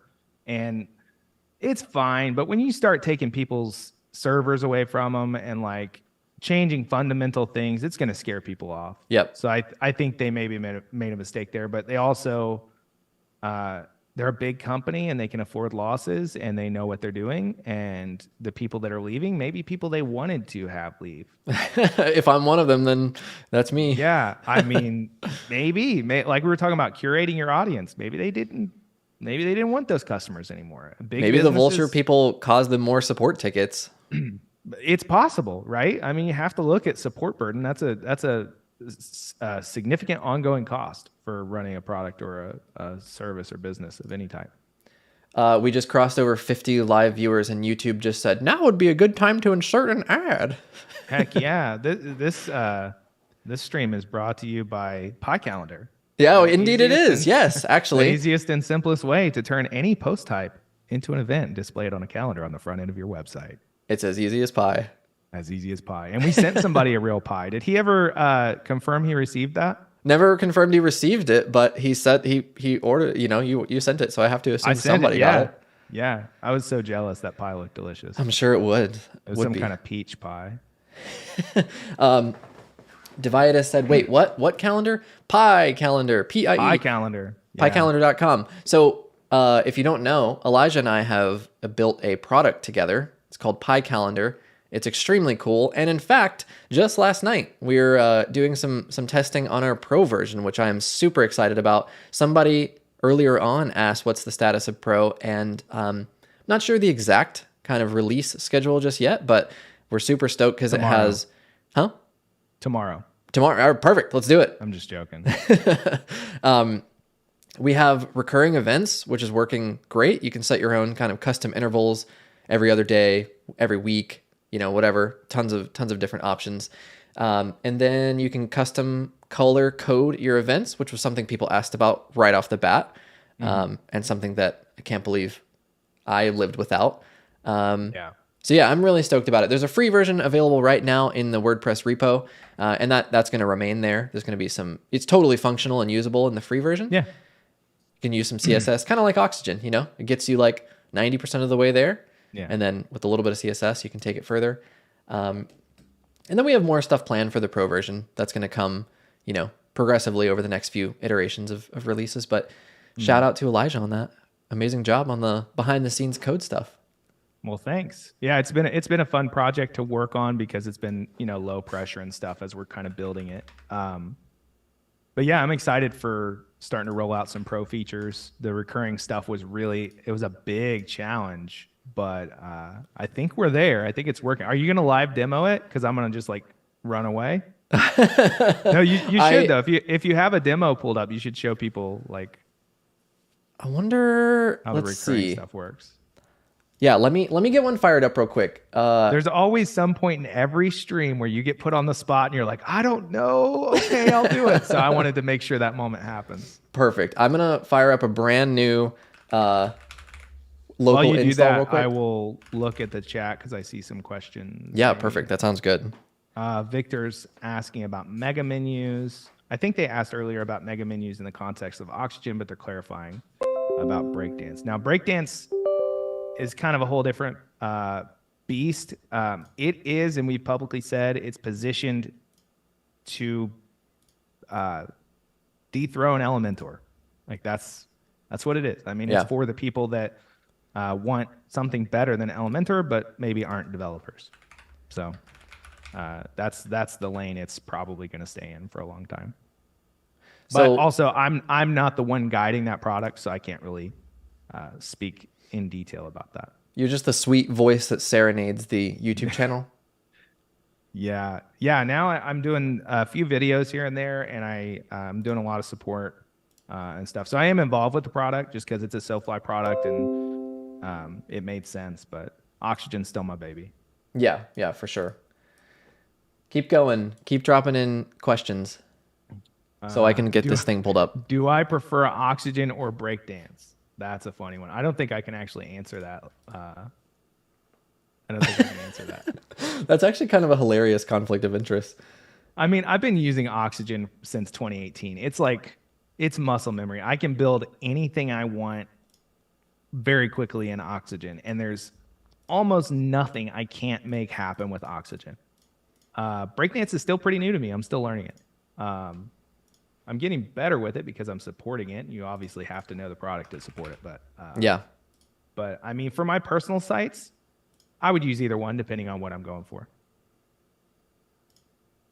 It's really interesting because I'm actually looking forward to next month because it'll kind of be the year-iversary, and I am thinking about different things that I kind of want to explore, which is like looking at Oxygen because it's been a while, and then spending some time with bricks. Yeah, come on back over. We're missing you, Captain Oxygen. Yeah, I know. I still have that picture on my computer. Yeah, me too. It's on my fridge like 5 times. Do you really? No. I wish I was gonna Yeah. send you another one.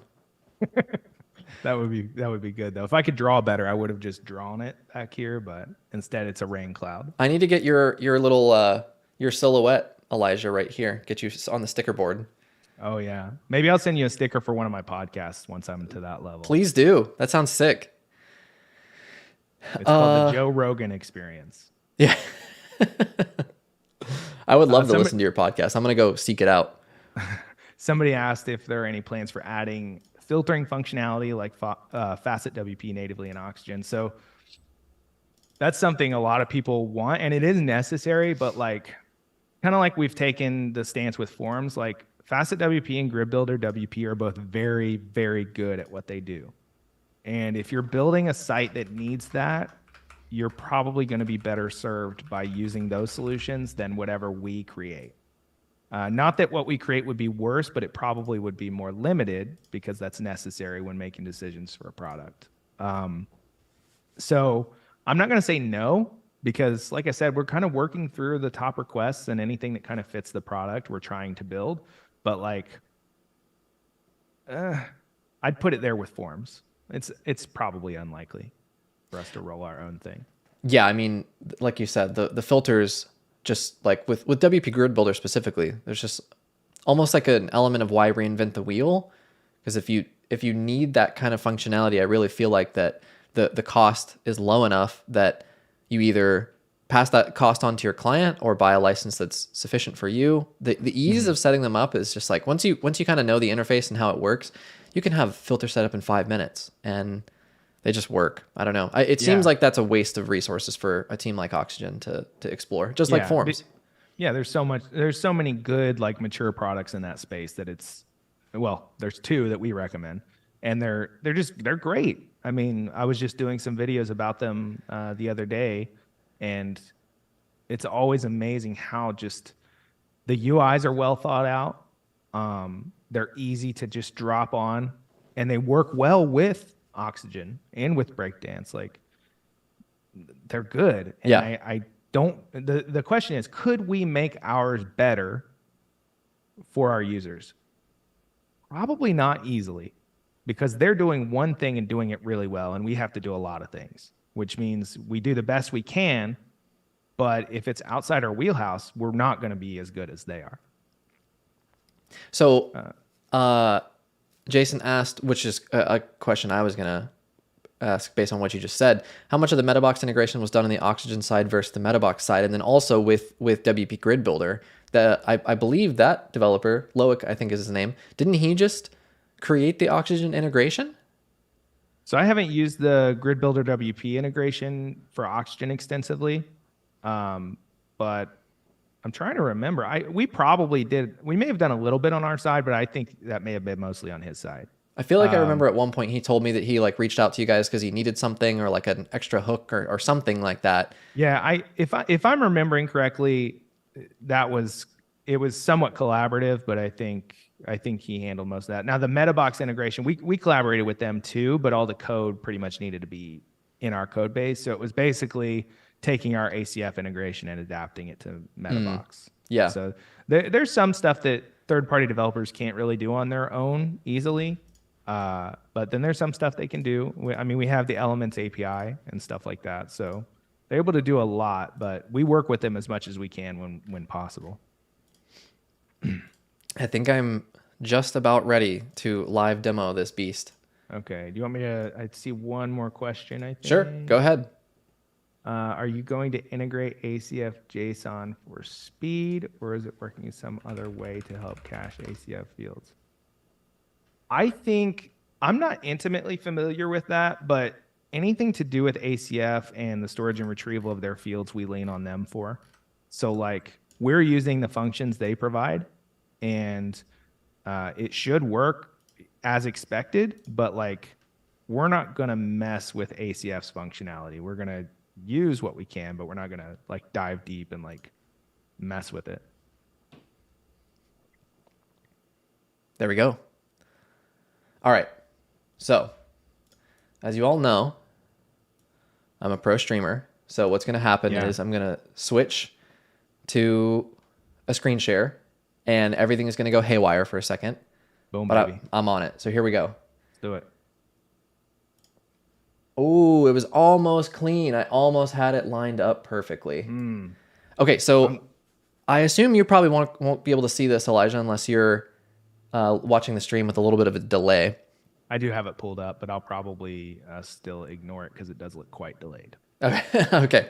So with the Pro version of PyCalendar, it's actually going to be an independent plugin. So you just need the one, which is nice and handy. For those of you that aren't familiar with it, the idea with the plugin is you can take anything and turn it into an event. So it doesn't have to be its own custom event post type. You can combine multiple post types together if you have things you want to show on a calendar that live in your posts or pages, or if you have a custom post type that is called concerts or whatever.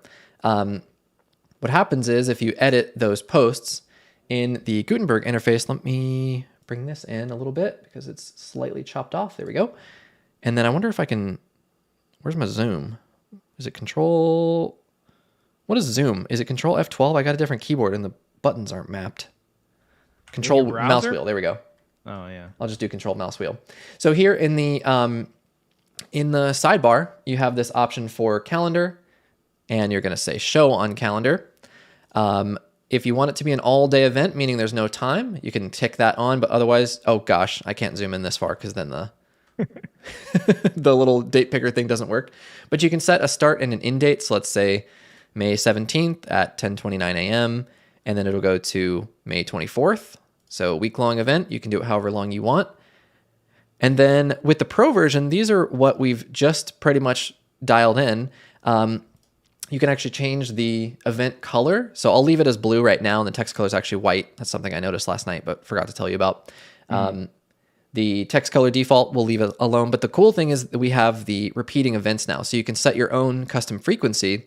So the interval is however many days, weeks, months, or years that you want this to run on. So, if you wanted this to run every 2 weeks, you simply just set this to 2 weeks. And then you can tell it, when do you want it to actually stop? So what is this going to be? How many weeks will this run for? So we'll say July 12th. We could update this guy. And then what we need to do now is go to our home page, and we can stick in short code. I want a Gutenberg block at some point, but we just have the short code for now. Yeah. Gutenberg block's definitely on the radar for a future release. Yeah. So the short code is just PyCal. There's a bunch of different attributes, so you can limit it to a single post type if you want, set default views and that kind of thing, but we'll just do the default PyCalendar shortcode for now. And then on the front end, here's our event that we created, that multi-day event. And then as you can see, it now repeats every 2 weeks. This one was kind of weird because I set it to be a week-long event that repeats every 2 weeks, but you get the idea. And then there's a little pop-up that has the dates and times. And then if there's post content, it pulls in the first few lines, kind of like the excerpt. But then if I go back, let's create another one. So we can say, let's see, just something like Elijah. We'll just put your name. Elijah on stream. Show on the calendar. We're going to say on Fridays. And this event color, what's your favorite color? Green. Green. Like neon? Various shades. All right. We'll go with aqua. Like an aquamarine green. Is that right? Sure, we'll go for it. This contrast is probably not going to be that great. So forgive my accessibility. It'd be nice if we had a warning in there. That's actually a really good idea. I wrote a script to check 2 colors for contrast ratings on the WCAG guidelines. So maybe I'll plug that in there. That'd be great. Then I could go my text expander shortcut to add some text in here so we can see this. But what I was going to do here is set this event to repeat every week on Fridays. So Elijah is beholden to coming on stream every Friday. So we're going to publish this. And then on the front end, we can see that that event repeats every Friday. So it has the exact time. And every Friday, I set it to repeat for a couple of weeks. So there we go. The recurring... Hey, nothing broke. Live demo with no breakage. That means it's a solid product. Rock solid, dude. Yeah. It's so simple. That's the thing with PyCalendar. What we wanted to do is just keep it so simple because it's easier from our perspective, but it also is just going to be more reliable for people. Yeah, most definitely. So I'm really, really stoked on this. It's funny because this is one of those things that came out of necessity. I needed a calendar like this with custom intervals and that kind of thing for a client project. And so I kind of built it from the ground up just with code. And then I realized, wait a second, this could be something other people want. And it turns out they do. So amazing how that happens. And shout out to Full Calendar, the JavaScript library we're using. Like most of the stuff we've wanted to do, they've had a way to do, which made it much easier. We didn't really have to build the front end, which is nice.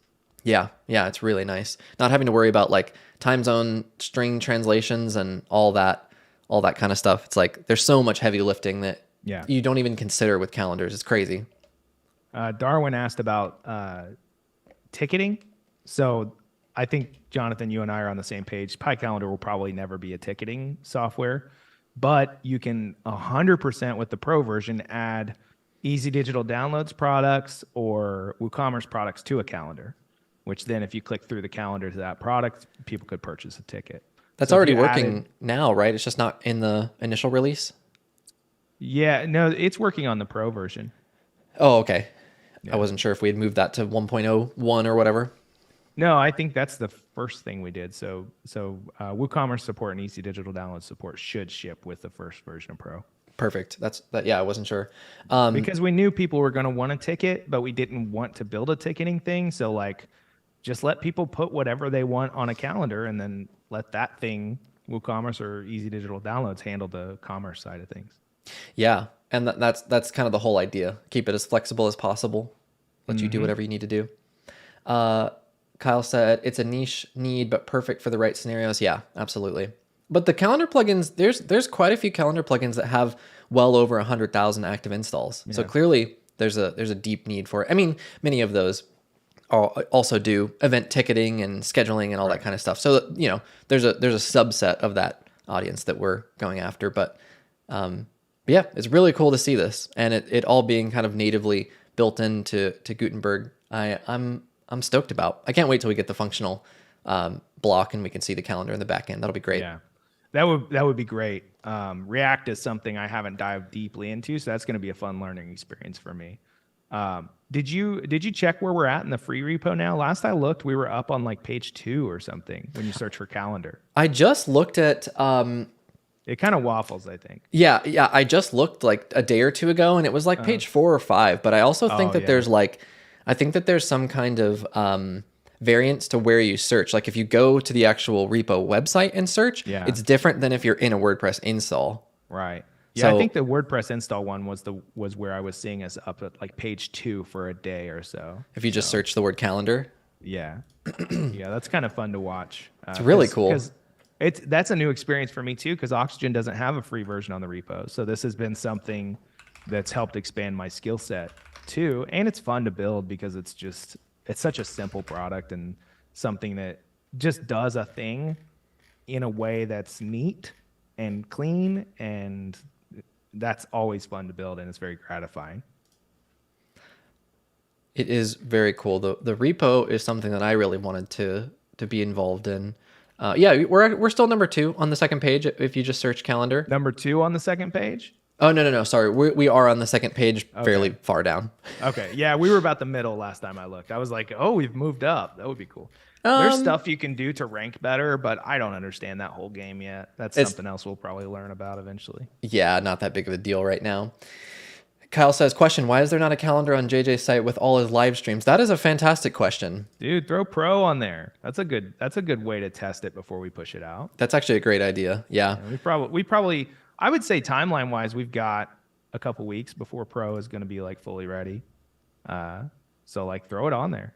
Really, for me, the main thing is just wanting, we already talked about it, stability. Just really wanting to make sure that everything remains super stable. And the variance in use cases, like people are already using it, and we've had some support things for stuff that I was just like, oh wow, didn't think of that.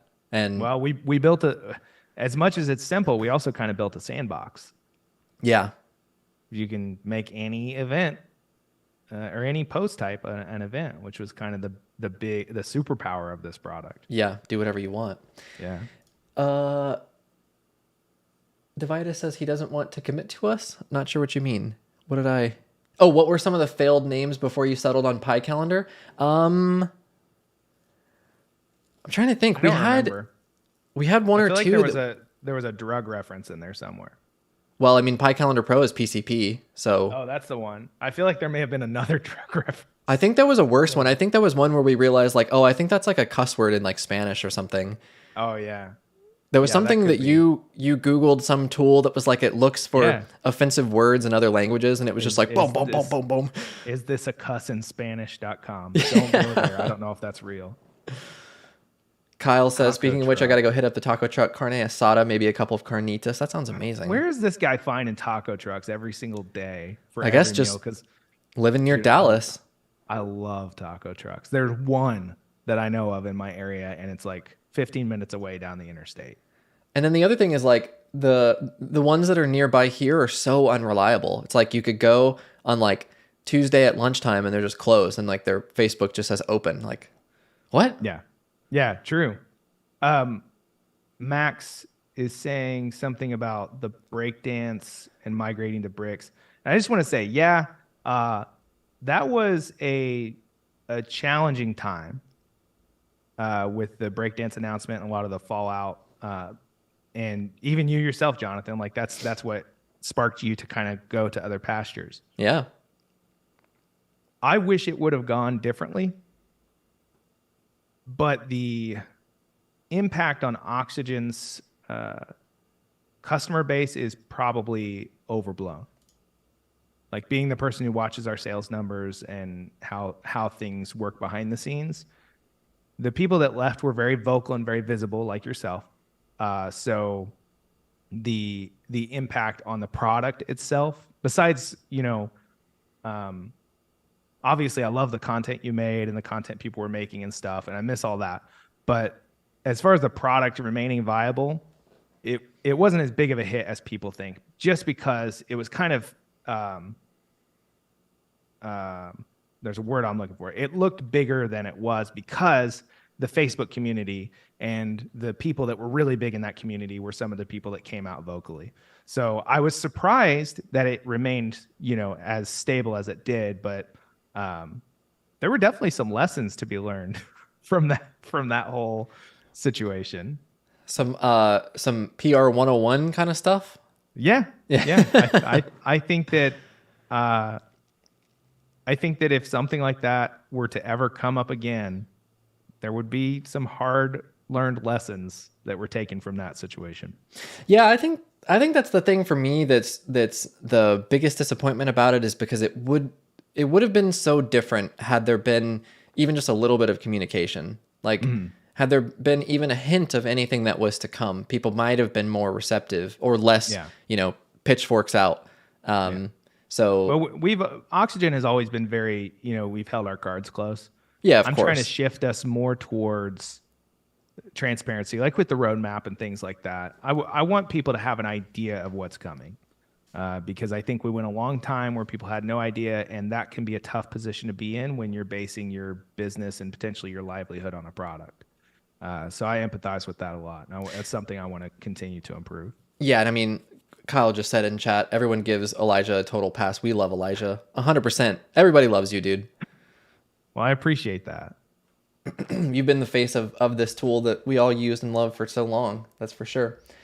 Okay, so on the topic of Pro Streamer, you guys know me. I've had my coffee. It's that time. I need a little quick break. You want to carry some conversation without me for a second, or do you need to step away too? We can take a quick break. Sure, I can engage with the chat for a minute. Sweet. I'd buy Elijah Builder, says Kyle. Me too. We're going to talk about Elijah Builder. Here's here's the roadmap. First of all, it only runs on Windows 98. So you're going to have to go to Goodwill and find an old laptop to run it. And then once you launch it, there's going to be 14 clicks to get into the interface. And the only thing it lets you do is build fan sites for Netflix shows. So just pick your favorite Netflix show, and there will be a template for that. So that's Elijah Builder in a nutshell. Jason says he has a Windows 98 machine. Perfect. I probably could come up with one myself, surprisingly. I'm actually like one room away from my dad's IT repair room, so I'm sure there's some good stuff in there. Yeah, Elijah Builder. That's hilarious. Talk about tabletop RPGs. I don't know. It's a pretty nerdy topic. But I will say, this is the one thing I'll say is if you've ever wanted to play D&D, but it was like too rules heavy for you, go to itch.io and look up Grant Howitt. And there's a bunch of other people that make like super simple tabletop role-playing games that are really dumb. One of mine, just to tell you how Jonathan's going to regret leaving me here. One of mine that the dumbest one I've made is called Bat Out of Meatloaf. And it's about a bat escaping from Meatloaf caves and fighting meat creatures. And you have to escape before the song Bat Out of Hell by Meatloaf ends. So that's the whole premise of the game. Yeah. I am. Jonathan's very much so, Adam. I'm just like, this sounds amazing. Somebody said talk about role-playing games, so I told him about my dumbest one that I've made. I mean, it sounds incredibly fun. Plus, I actually don't even know that song, so I gotta go Google that song after this. All right, yeah, that's required listening for sure. You know, it's funny. I actually I had some questions on here for you around like interests and stuff, and music was one of them because I know you have a pretty eclectic sounds bad. The diverse music taste. Yeah. I think most people do. Right now, I listen to a lot of jazz when I work. Weirdly enough. Yeah. I don't know if I like jazz, but I think it makes me feel a certain way that I like. That's a weird way to put it. Like, I don't think that I would be like, would you say there's a fizz inside of you? Yeah. I don't think that I would be like, oh, the new jazz album's out. Let me go get it and put in my headphones and listen to it. But like when I have company over, I'm 100% turning on like coffee house jazz ambience on YouTube. Yeah, for sure. Every time. I mean, the thing is like like a lot of the early 1900s jazz stuff I actually really like, but some of it I can't listen to while working because some of those like sax solos and stuff are just so It can wild. be chaotic. You got to do smooth jazz. Yeah. Not You just need the any guy jazz. that talks like this in his microphone. All right, everybody. Today we have a new track from Flippy Wilson. Hey, I would listen to Elijah's Jazz Radio Maybe someday. or your like ASMR like storytelling. We Deep talked like that? about me and my wife talked about doing an ASMR podcast. 100%. You totally could. Yeah. And Yeah. that would Maybe. probably just I don't like know. explode. It's popular. Are you an ASMR guy? Not really, no. Oh, okay. Yeah, I don't. There's people that say they get like an actual physical response, like like a tingling or something. I don't. I don't know. I don't get that. So it's just a lot of mouth noises to me. No, I'm not into that kind of stuff. But that's what I jokingly said about the fizz on Top Gear. Jeremy Clarkson and James May used to talk about like feeling a fizz in when the the car sounds and that kind of stuff. Yeah, there's a physical response that people get, but also some of it can just be really relaxing. It's like, okay, I'm gonna listen to this video of this lady like checking out books at the library for like 5 hours. Ambient, like, I could fall asleep to that. Ambient like background noise like that's kind of light for sure. Yeah. Yeah. I think the part of my problem with like needing that sort of thing is like my brain is just in hyperdrive like all day long, and I find it's really hard to shut down. Like usually my decompression is in the evening, like watching a little bit of YouTube, but then like making that migration to bed from the couch and it's like still things are churning. It's difficult to shut that off. I can see why people need that just in this like hyper overstimulation tech world that we live in. I think speaking of overstimulation, I think that people need to do more while having less inputs, because even listening to like music or a podcast or something, that's still stimulation. Like, sometimes we need to just like exist quietly in a space for a while with nothing but what we can see in front of us. I think it's a good reminder. Like I typically come away from these streams, especially when there's people on, like you and particularly the one with Kevin, because it was so long. I'm just like completely drained afterwards. Oh, yeah. Like it's a lot of energy. That and then I was trying to think of like, I guess that's why people like the beach so much. I live near the beach. They just like go sit on the beach literally all day long, and that's like, that's the way to decompress and disconnect. People are going to think I'm psychotic, but that's why I like the dentist. Because you have no other choice. I can't do anything. Interesting. Can't do anything. I'm just in a chair staring at a fluorescent light bulb. Usually they have like Roseanne or Oprah on the TV or something. The TV that's weirdly mounted in the ceiling, but it makes sense when you're lean back. Yeah. So like being in that position of not being able to be productive is relaxing to me because I don't have the off switch. Yeah. I don't have the, okay, it's relaxed time. That's not something that my brain knows how to do. I mean, like literally last night, my girlfriend and I finished having dinner, watching our TV show, and then like she decided to turn on hers. I came out to the couch, I put on a YouTube video, and then I went, oh yeah, I need to look at the Pi Calendar Pro stuff. And I got out my laptop and started going through that, and then an hour later, I'm like, wow. Then it's like, now it's bedtime. One of the things that helped me a lot was having an office that's not in the same structure as my living space. I think Kyle actually is the one that I've seen talk about having a door to close and like making that mental and physical disconnect from work time and relax time. It's my big problem is that I want to work on stuff that's fun for me. Like I don't have a problem leaving work behind, but like my fun stuff also feels like work sometimes, or it fires the same neurons, so to speak. Yeah. It's still problem solving stuff. It still can be technical. Like sometimes I'm writing Pi Calendar for fun. Sometimes I'm writing other programs for fun. Sometimes I'm making games or, recording stuff. But that stuff still drains you. So I have to remind myself not to burn myself out, because I've noticed that at the age I am now, about 2 days of taking projects inside the house with me and working on them in the evenings, the third day I'm done. I'm just completely fried. Getting up there, eh? Bones creaking. You make noise when you sit down now? Yeah, absolutely. But I think part of getting older that's nice is you start to recognize your personal patterns. So I recognize how the burnout happens for me so I can avoid it. And that's Yeah. something I didn't know. I just like, oh, I feel bad today in my 20s. Like, I feel bad today. Well, yeah, you wrote a program for 8 hours after working for 8 hours and then slept for 5 hours and then woke up and wrote more stuff. Of course you feel bad. Right.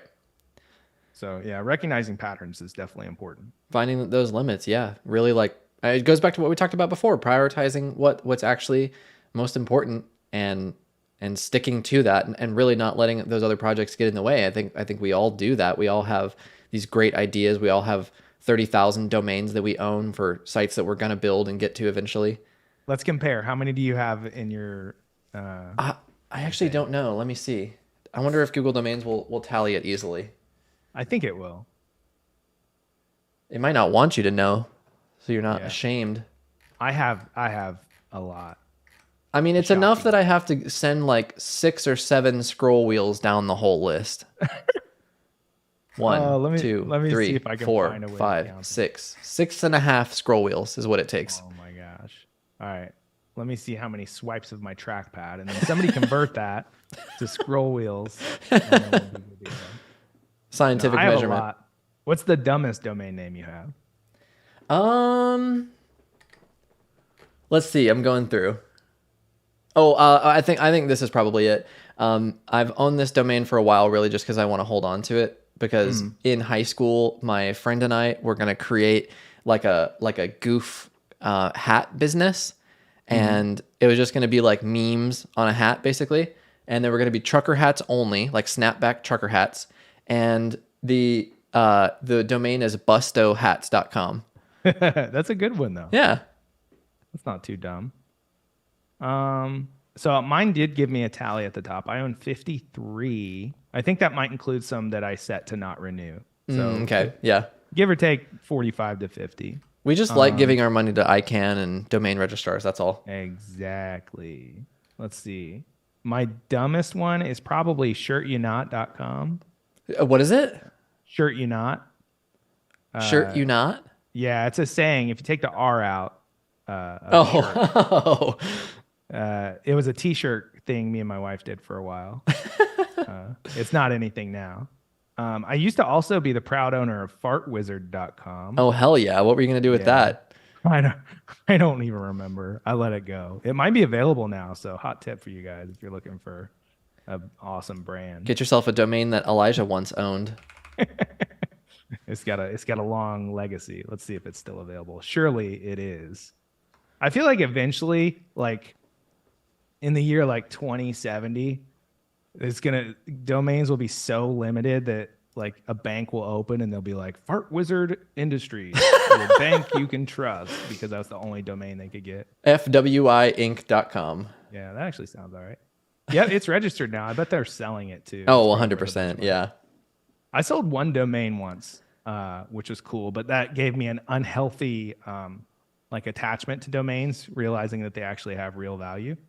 So I've never really landed on one that I feel like has that much value, except a couple of Gutenberg related ones that I'm still sitting on, hoping that somebody comes along and wants to do something with it. Mm-hmm. We'll see. That's possible, dude. I own gbblocks.com, which I always thought would be something that somebody would want, like a block package. Gabubba blocks. Gabubba blocks. Gubba gubba. I saw a domain the other day. I was looking up something about salting my driveway because I have a bunch of weeds in my driveway and it's a gravel driveway. Okay. You can put rock salt down and it'll kill like all the green stuff. There was a domain. It was like this UK landscaping company, and it was Rivar Sand and Gravel.co.uk. But it read as rivers and gravel. And it was just the worst. So I always pay close attention, like, how does this read? Yeah. I may have mentioned what? Somebody had a question in the chat about applying CSS styles for Gutenberg content added by clients. I can't really answer that. Like, CSS is CSS, but like maybe there's a trick to it that Jonathan would know. let's see. I use Oxygen and Bricks, and in both, my biggest struggle is how to apply CSS styles created in the builder Oh, for okay. Gutenberg. Sorry, I missed the oxygen part. Um, Well, so I was just yeah, gonna say you the thing is to make the stuff in Gutenberg interactive, there's a ton more classes and extra divs added to stuff. So that's probably why, because yeah. the selectors change really heavily. Additional selectors in the builder. So I think anytime you're dealing with third-party stuff, you could try selector detector. If you can see the content in Oxygen, enable selector detector, which is like a hidden cool feature of Oxygen that lets you actually click stuff and like pick a selector. It's a way you can style plug in output and stuff like that. It will let you actually narrow down the selector to where you can then style those things in Oxygen. It creates the selector in Oxygen.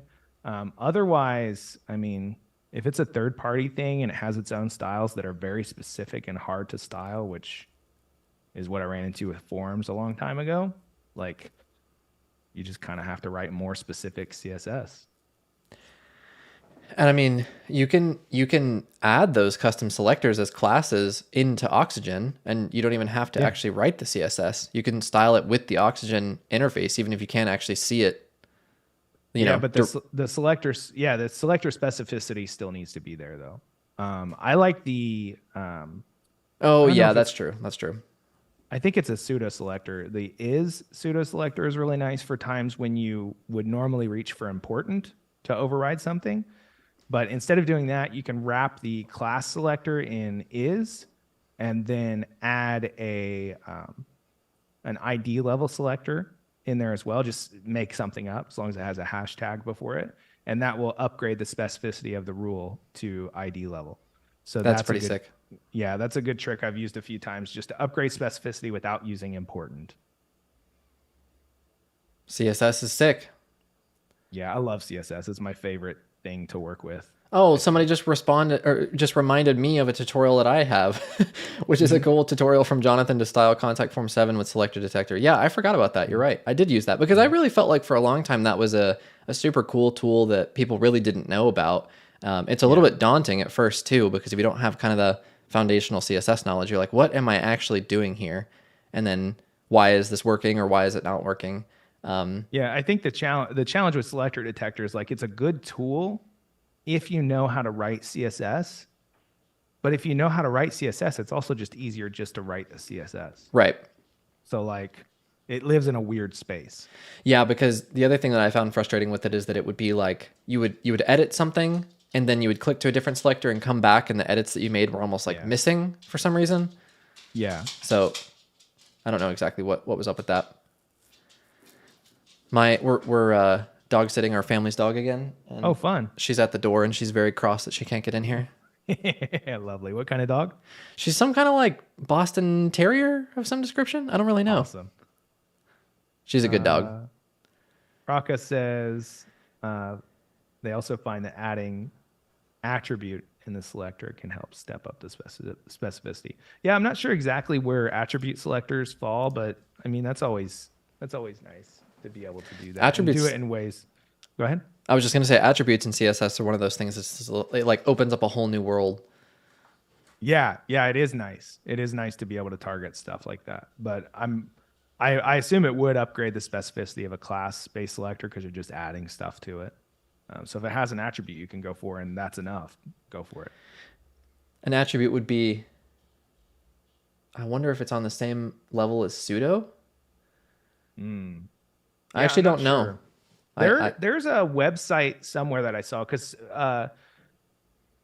CSS specificity is calculated in like there's like three zeros, right? And I don't yeah understand it intimately, but like the leftmost digit is the most specific or something like that. And there's a website yeah that will actually let you type in a selector and it will show you what those numbers are.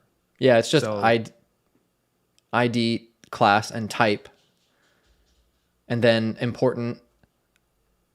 So I guess technically, I have this in my notes for my course actually.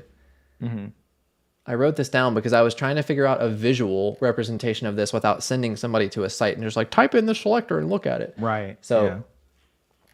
I want to look at it real quick. Yeah, specificity is one of the more challenging parts of CSS. And then you have, you know, which rule comes later in the style sheet, then which style sheet comes later in the page. Like there's a Yeah. lot of potential for conflict there. But it's also really easy to troubleshoot because you can just right click and inspect, and the browser dev tools are so great at finding CSS problems. It really I is. recently realized that you can right click an element in the dev tools and copy the styles to your clipboard. Then you can take those to a text diff tool. So like if I have a website where like you enable a plugin and a button breaks, I'll load it up with the button broken. Then I'll load it up with the button not broken. I'll right click the button in the dev tools, copy the styles off, and then right click and get the styles from when it's okay. Then I can use a text diff tool. And I found an issue the other day where like Jetpack was changing the case of a CSS variable. So it was camel case, but Jetpack was like minifying it or something, which downgraded the second or the uppercase character to a lowercase character, which broke the variable. Oh, yeah. Never would have spotted that without text diffing those styles. That's cool. Really specific, but very effective. Yeah. We get in the weeds with support sometimes.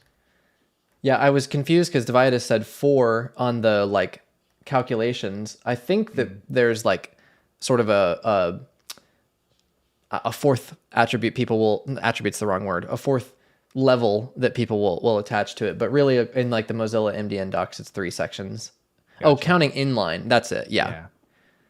Avoid inline styles. Exactly. That's do it. What I said here in this. I was like, then you have inline and important, but don't use those. Yeah.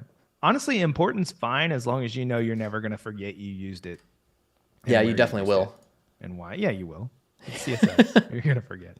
Well, it's just like when I have a whole lesson in this course it's just literally called Caveat for Elementor users.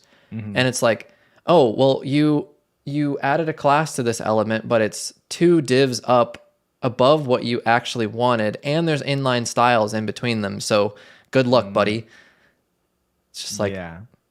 So anyway, my point being that like you have to fight that in Elementor's world, but also fighting inline styles and important tags and stuff is such a pain in the butt. And it's such a good handicap that if you start doing it early on when you don't really know what you're doing, later on you're just going to cause yourself so much headache. Yeah. Yeah. The second you want to change it and it doesn't work, you're going to be like, well, I'm done. Yeah, exactly. Let's see. What other cool questions do I have on here? Because we are at 2 hours now, so I want to be respectful of your time. Wow, I didn't realize it'd been that long. Yeah. So when you're need to go, such a good host. The time just flies by. It melts away. I guess that's how I conned Kevin into being here for 4 hours. I don't know if I have the stamina for that.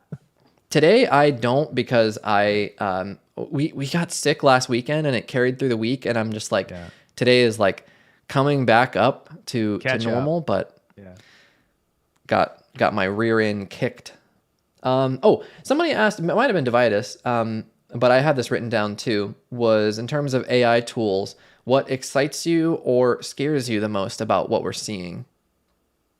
What scares me is the divide it's likely to make between the less educated sector of society and the more educated sector of society. Because people that are smart enough to know when ChatGPT is wrong, they're going to get smarter. They're going to be more powerful because they can recognize the hallucinations and the incorrect answers, and then they can just augment their own knowledge. The people that don't know better, the people that are, just Googling stuff and picking the first result that's an ad or whatever. And I'm not trying to insult anybody, but there's a sector of people that just don't know what they don't know, right? Yeah. If you don't know what you don't know, ChatGPT will inevitably make you dumber. It's really interesting if you go in and ask it a question you verifiably know the answer to, and see what it says. It makes too many mistakes right now to upgrade everybody. You have to know enough to weed out the wrong answers, and not everybody does. And I'm already seeing instances of people just assuming it tells the truth. And those people are going to, it's doing them a disservice. Even though it gives clear warnings, right? Those people are not paying attention to those warnings, and they're just going to regurgitate. It's almost like robot-powered Facebook nonsense. Yeah. They're just going to like and share whatever gets spit out and assume it's gospel. For sure. It's like there's many cases where it's like I've seen like travel blogs that will like use these tools to try and pump out new content, and it's like talking about places that features of places that don't exist yet or don't exist at all, like a concert venue that doesn't exist, or like like this water park has this thing but it doesn't actually exist there. Yeah. Yeah. Hallucinations are a very big, I had it hallucinate data in JSON that I had given it. So I used a lot for converting data formats, and I gave it some JSON. I'm like, give me a bullet list of all the things in this. And it started listing things that weren't in that. And that caused me to slow my roll on it a bit, because if you can't trust it to reformat data it has full access to, then having it answer questions that where the answer matters or is important is a little dangerous. Yeah, definitely. I just like you were talking about with specificity and inheritance, I said this to Kevin too, but I asked ChatGPT which of these two selectors would actually apply, and it was the exact same thing twice. And it was like, basically like the p tag will be blue or it'll be red. And it was the same exact selector. And I said, which one is going to apply? And it said, well, the first one is going to apply because it's like, well, no, it's the exact same selector and this one came later, so that one's going to be. So you have to have a knowledge and be able to fact check that. And then, like you said, that's when, not that specific example, but one of many where I was just like, there's gotta be very specific use cases for this thing. And there's just a lot of people that they don't, it's kind of like going to a mechanic. Like, I just trust the mechanic because I don't know cars. Yeah. You have to trust them. A lot of people are going to invest too much trust in AI and to spit out stuff that's valid. That's a good example, because I've tested it just by asking car questions that I know the answer to, and it'll give you some vaguely correct, point you in the right direction kind of thing, but it can also steer you astray so easy. It's so true of any niche. But I have encouraged people to go ask it questions you for sure know the answer to and see what it says. Yeah, and I do think there's a future where like a lot of jobs will be disrupted. I think it's already happening a little bit, but we'll see what happens. But I think that there will be a consolidation of employment. This is getting really like weird, but I see like support teams of 10 people. There's no reason you couldn't take ChatGPT or like a purpose trained model that you trained on 10 years of tickets and have it spit out the first reply as a draft and have one person that approves and sends those. Yeah. Which means you could take 10 people and consolidate that job into one person. For sure. So I think that's a real risk. And the problem is, like, I feel like with automation in the past, like it took away jobs no one really wanted to do, like manufacturing stuff. Like people do it because it's good money, but like the robots that are putting bolts in car doors and stuff, like people aren't too mad about that. But like this is gonna impact the jobs that everyone aspires to. Mm-hmm. I saw a little like Twitter meme that was like, said something to the effect of like, when I pictured robots in the future, I didn't anticipate them doing the fun stuff like writing and art. Yeah, the creative stuff. So in the tabletop role playing community, that's a huge problem because art's expensive and people work their whole lives to be good at it. And now Midjourney can pump out stuff that to untrained eyes is just as good. Yeah. It's harder to get specific results, but like it looks good. It evokes feeling, stuff like that. So I feel for those people that are impacted by the creative aspects of it. But I also think it only goes so far. Super Mike is like unbelievable at his prompts. Have you seen what he does? Master. Yeah, he does some insane stuff. I don't know how he does it. It's just like, it's so wild. There was like a little Twitter thread competition that was like make a futuristic city space scene, and his was just like 10,000 times better. Yeah, he spends I talked to him a little bit. He spends a lot of time prompting. In the chat, they said that it can also copy other artists' work. So that's also a concern. Like, you don't know when what Midjourney gave you is just a direct copy of something that somebody else owns. So that's a concern for using it for commercial purposes too, because I've seen at least one instance of it just being a copy of something. It wasn't even crazy. Changed, or it was changed in such a minor way that it would count as infringement. So that's definitely a concern. And again, that's where, like, if you know what you don't know, you can use it responsibly. and be careful and maybe take it and use it and alter it. But like if you don't know that that's a risk, then you're just going to be infringing on people's intellectual property potentially. What I like to use Midjourney for lately is like pattern backgrounds and abstract stuff like Yeah. that. Yeah, it's great for that. And then anything more realistic, it's like, it's not quite viable yet. Especially It's because, great like you at said, portraits. yeah, Yeah, it's good at eyes and hands now. I'm not like, I guess maybe I'm not good enough at the prompting and like the other variables that go with it Yeah. to get that sort of like highly realistic output. I spent some time trying to come up with like cars on like a California cliff over the coast kind of driving, and it was able to do some stuff like that, which is Yeah. pretty damn cool. But I don't really Yeah, have a viable use case for that kind of thing. Yeah, the new algorithm can do cars. Before, every car had a few too many legs, but now they have mostly four wheels. It works okay. Yeah. But yeah, I mean, doing creative work like I do in my side time for fun, there's definitely a use case for it, but there's also a resistance to that in the community. Like one of the Discord servers I'm in for role-playing games, they banned the promotion of any work that uses AI in any capacity, because these are all people that are creatives that there's not a lot of money in that space. Like the people are not making a lot of money doing that work already, and now they have this thing encroaching on it. So they're trying to protect the creatives and protect the integrity of that scene. And I think that's something we have to be mindful of. How do they enforce that kind of thing? Are they just saying like, is it an honor system where if you use it, just don't post? It's not enforceable except for self regulation. Yeah. Right? Because they can't really know. But people like me that respect the rules will not post stuff if I use AI. People that don't respect the rules probably still will. But I think it's more of them making a statement and taking a stance than anything.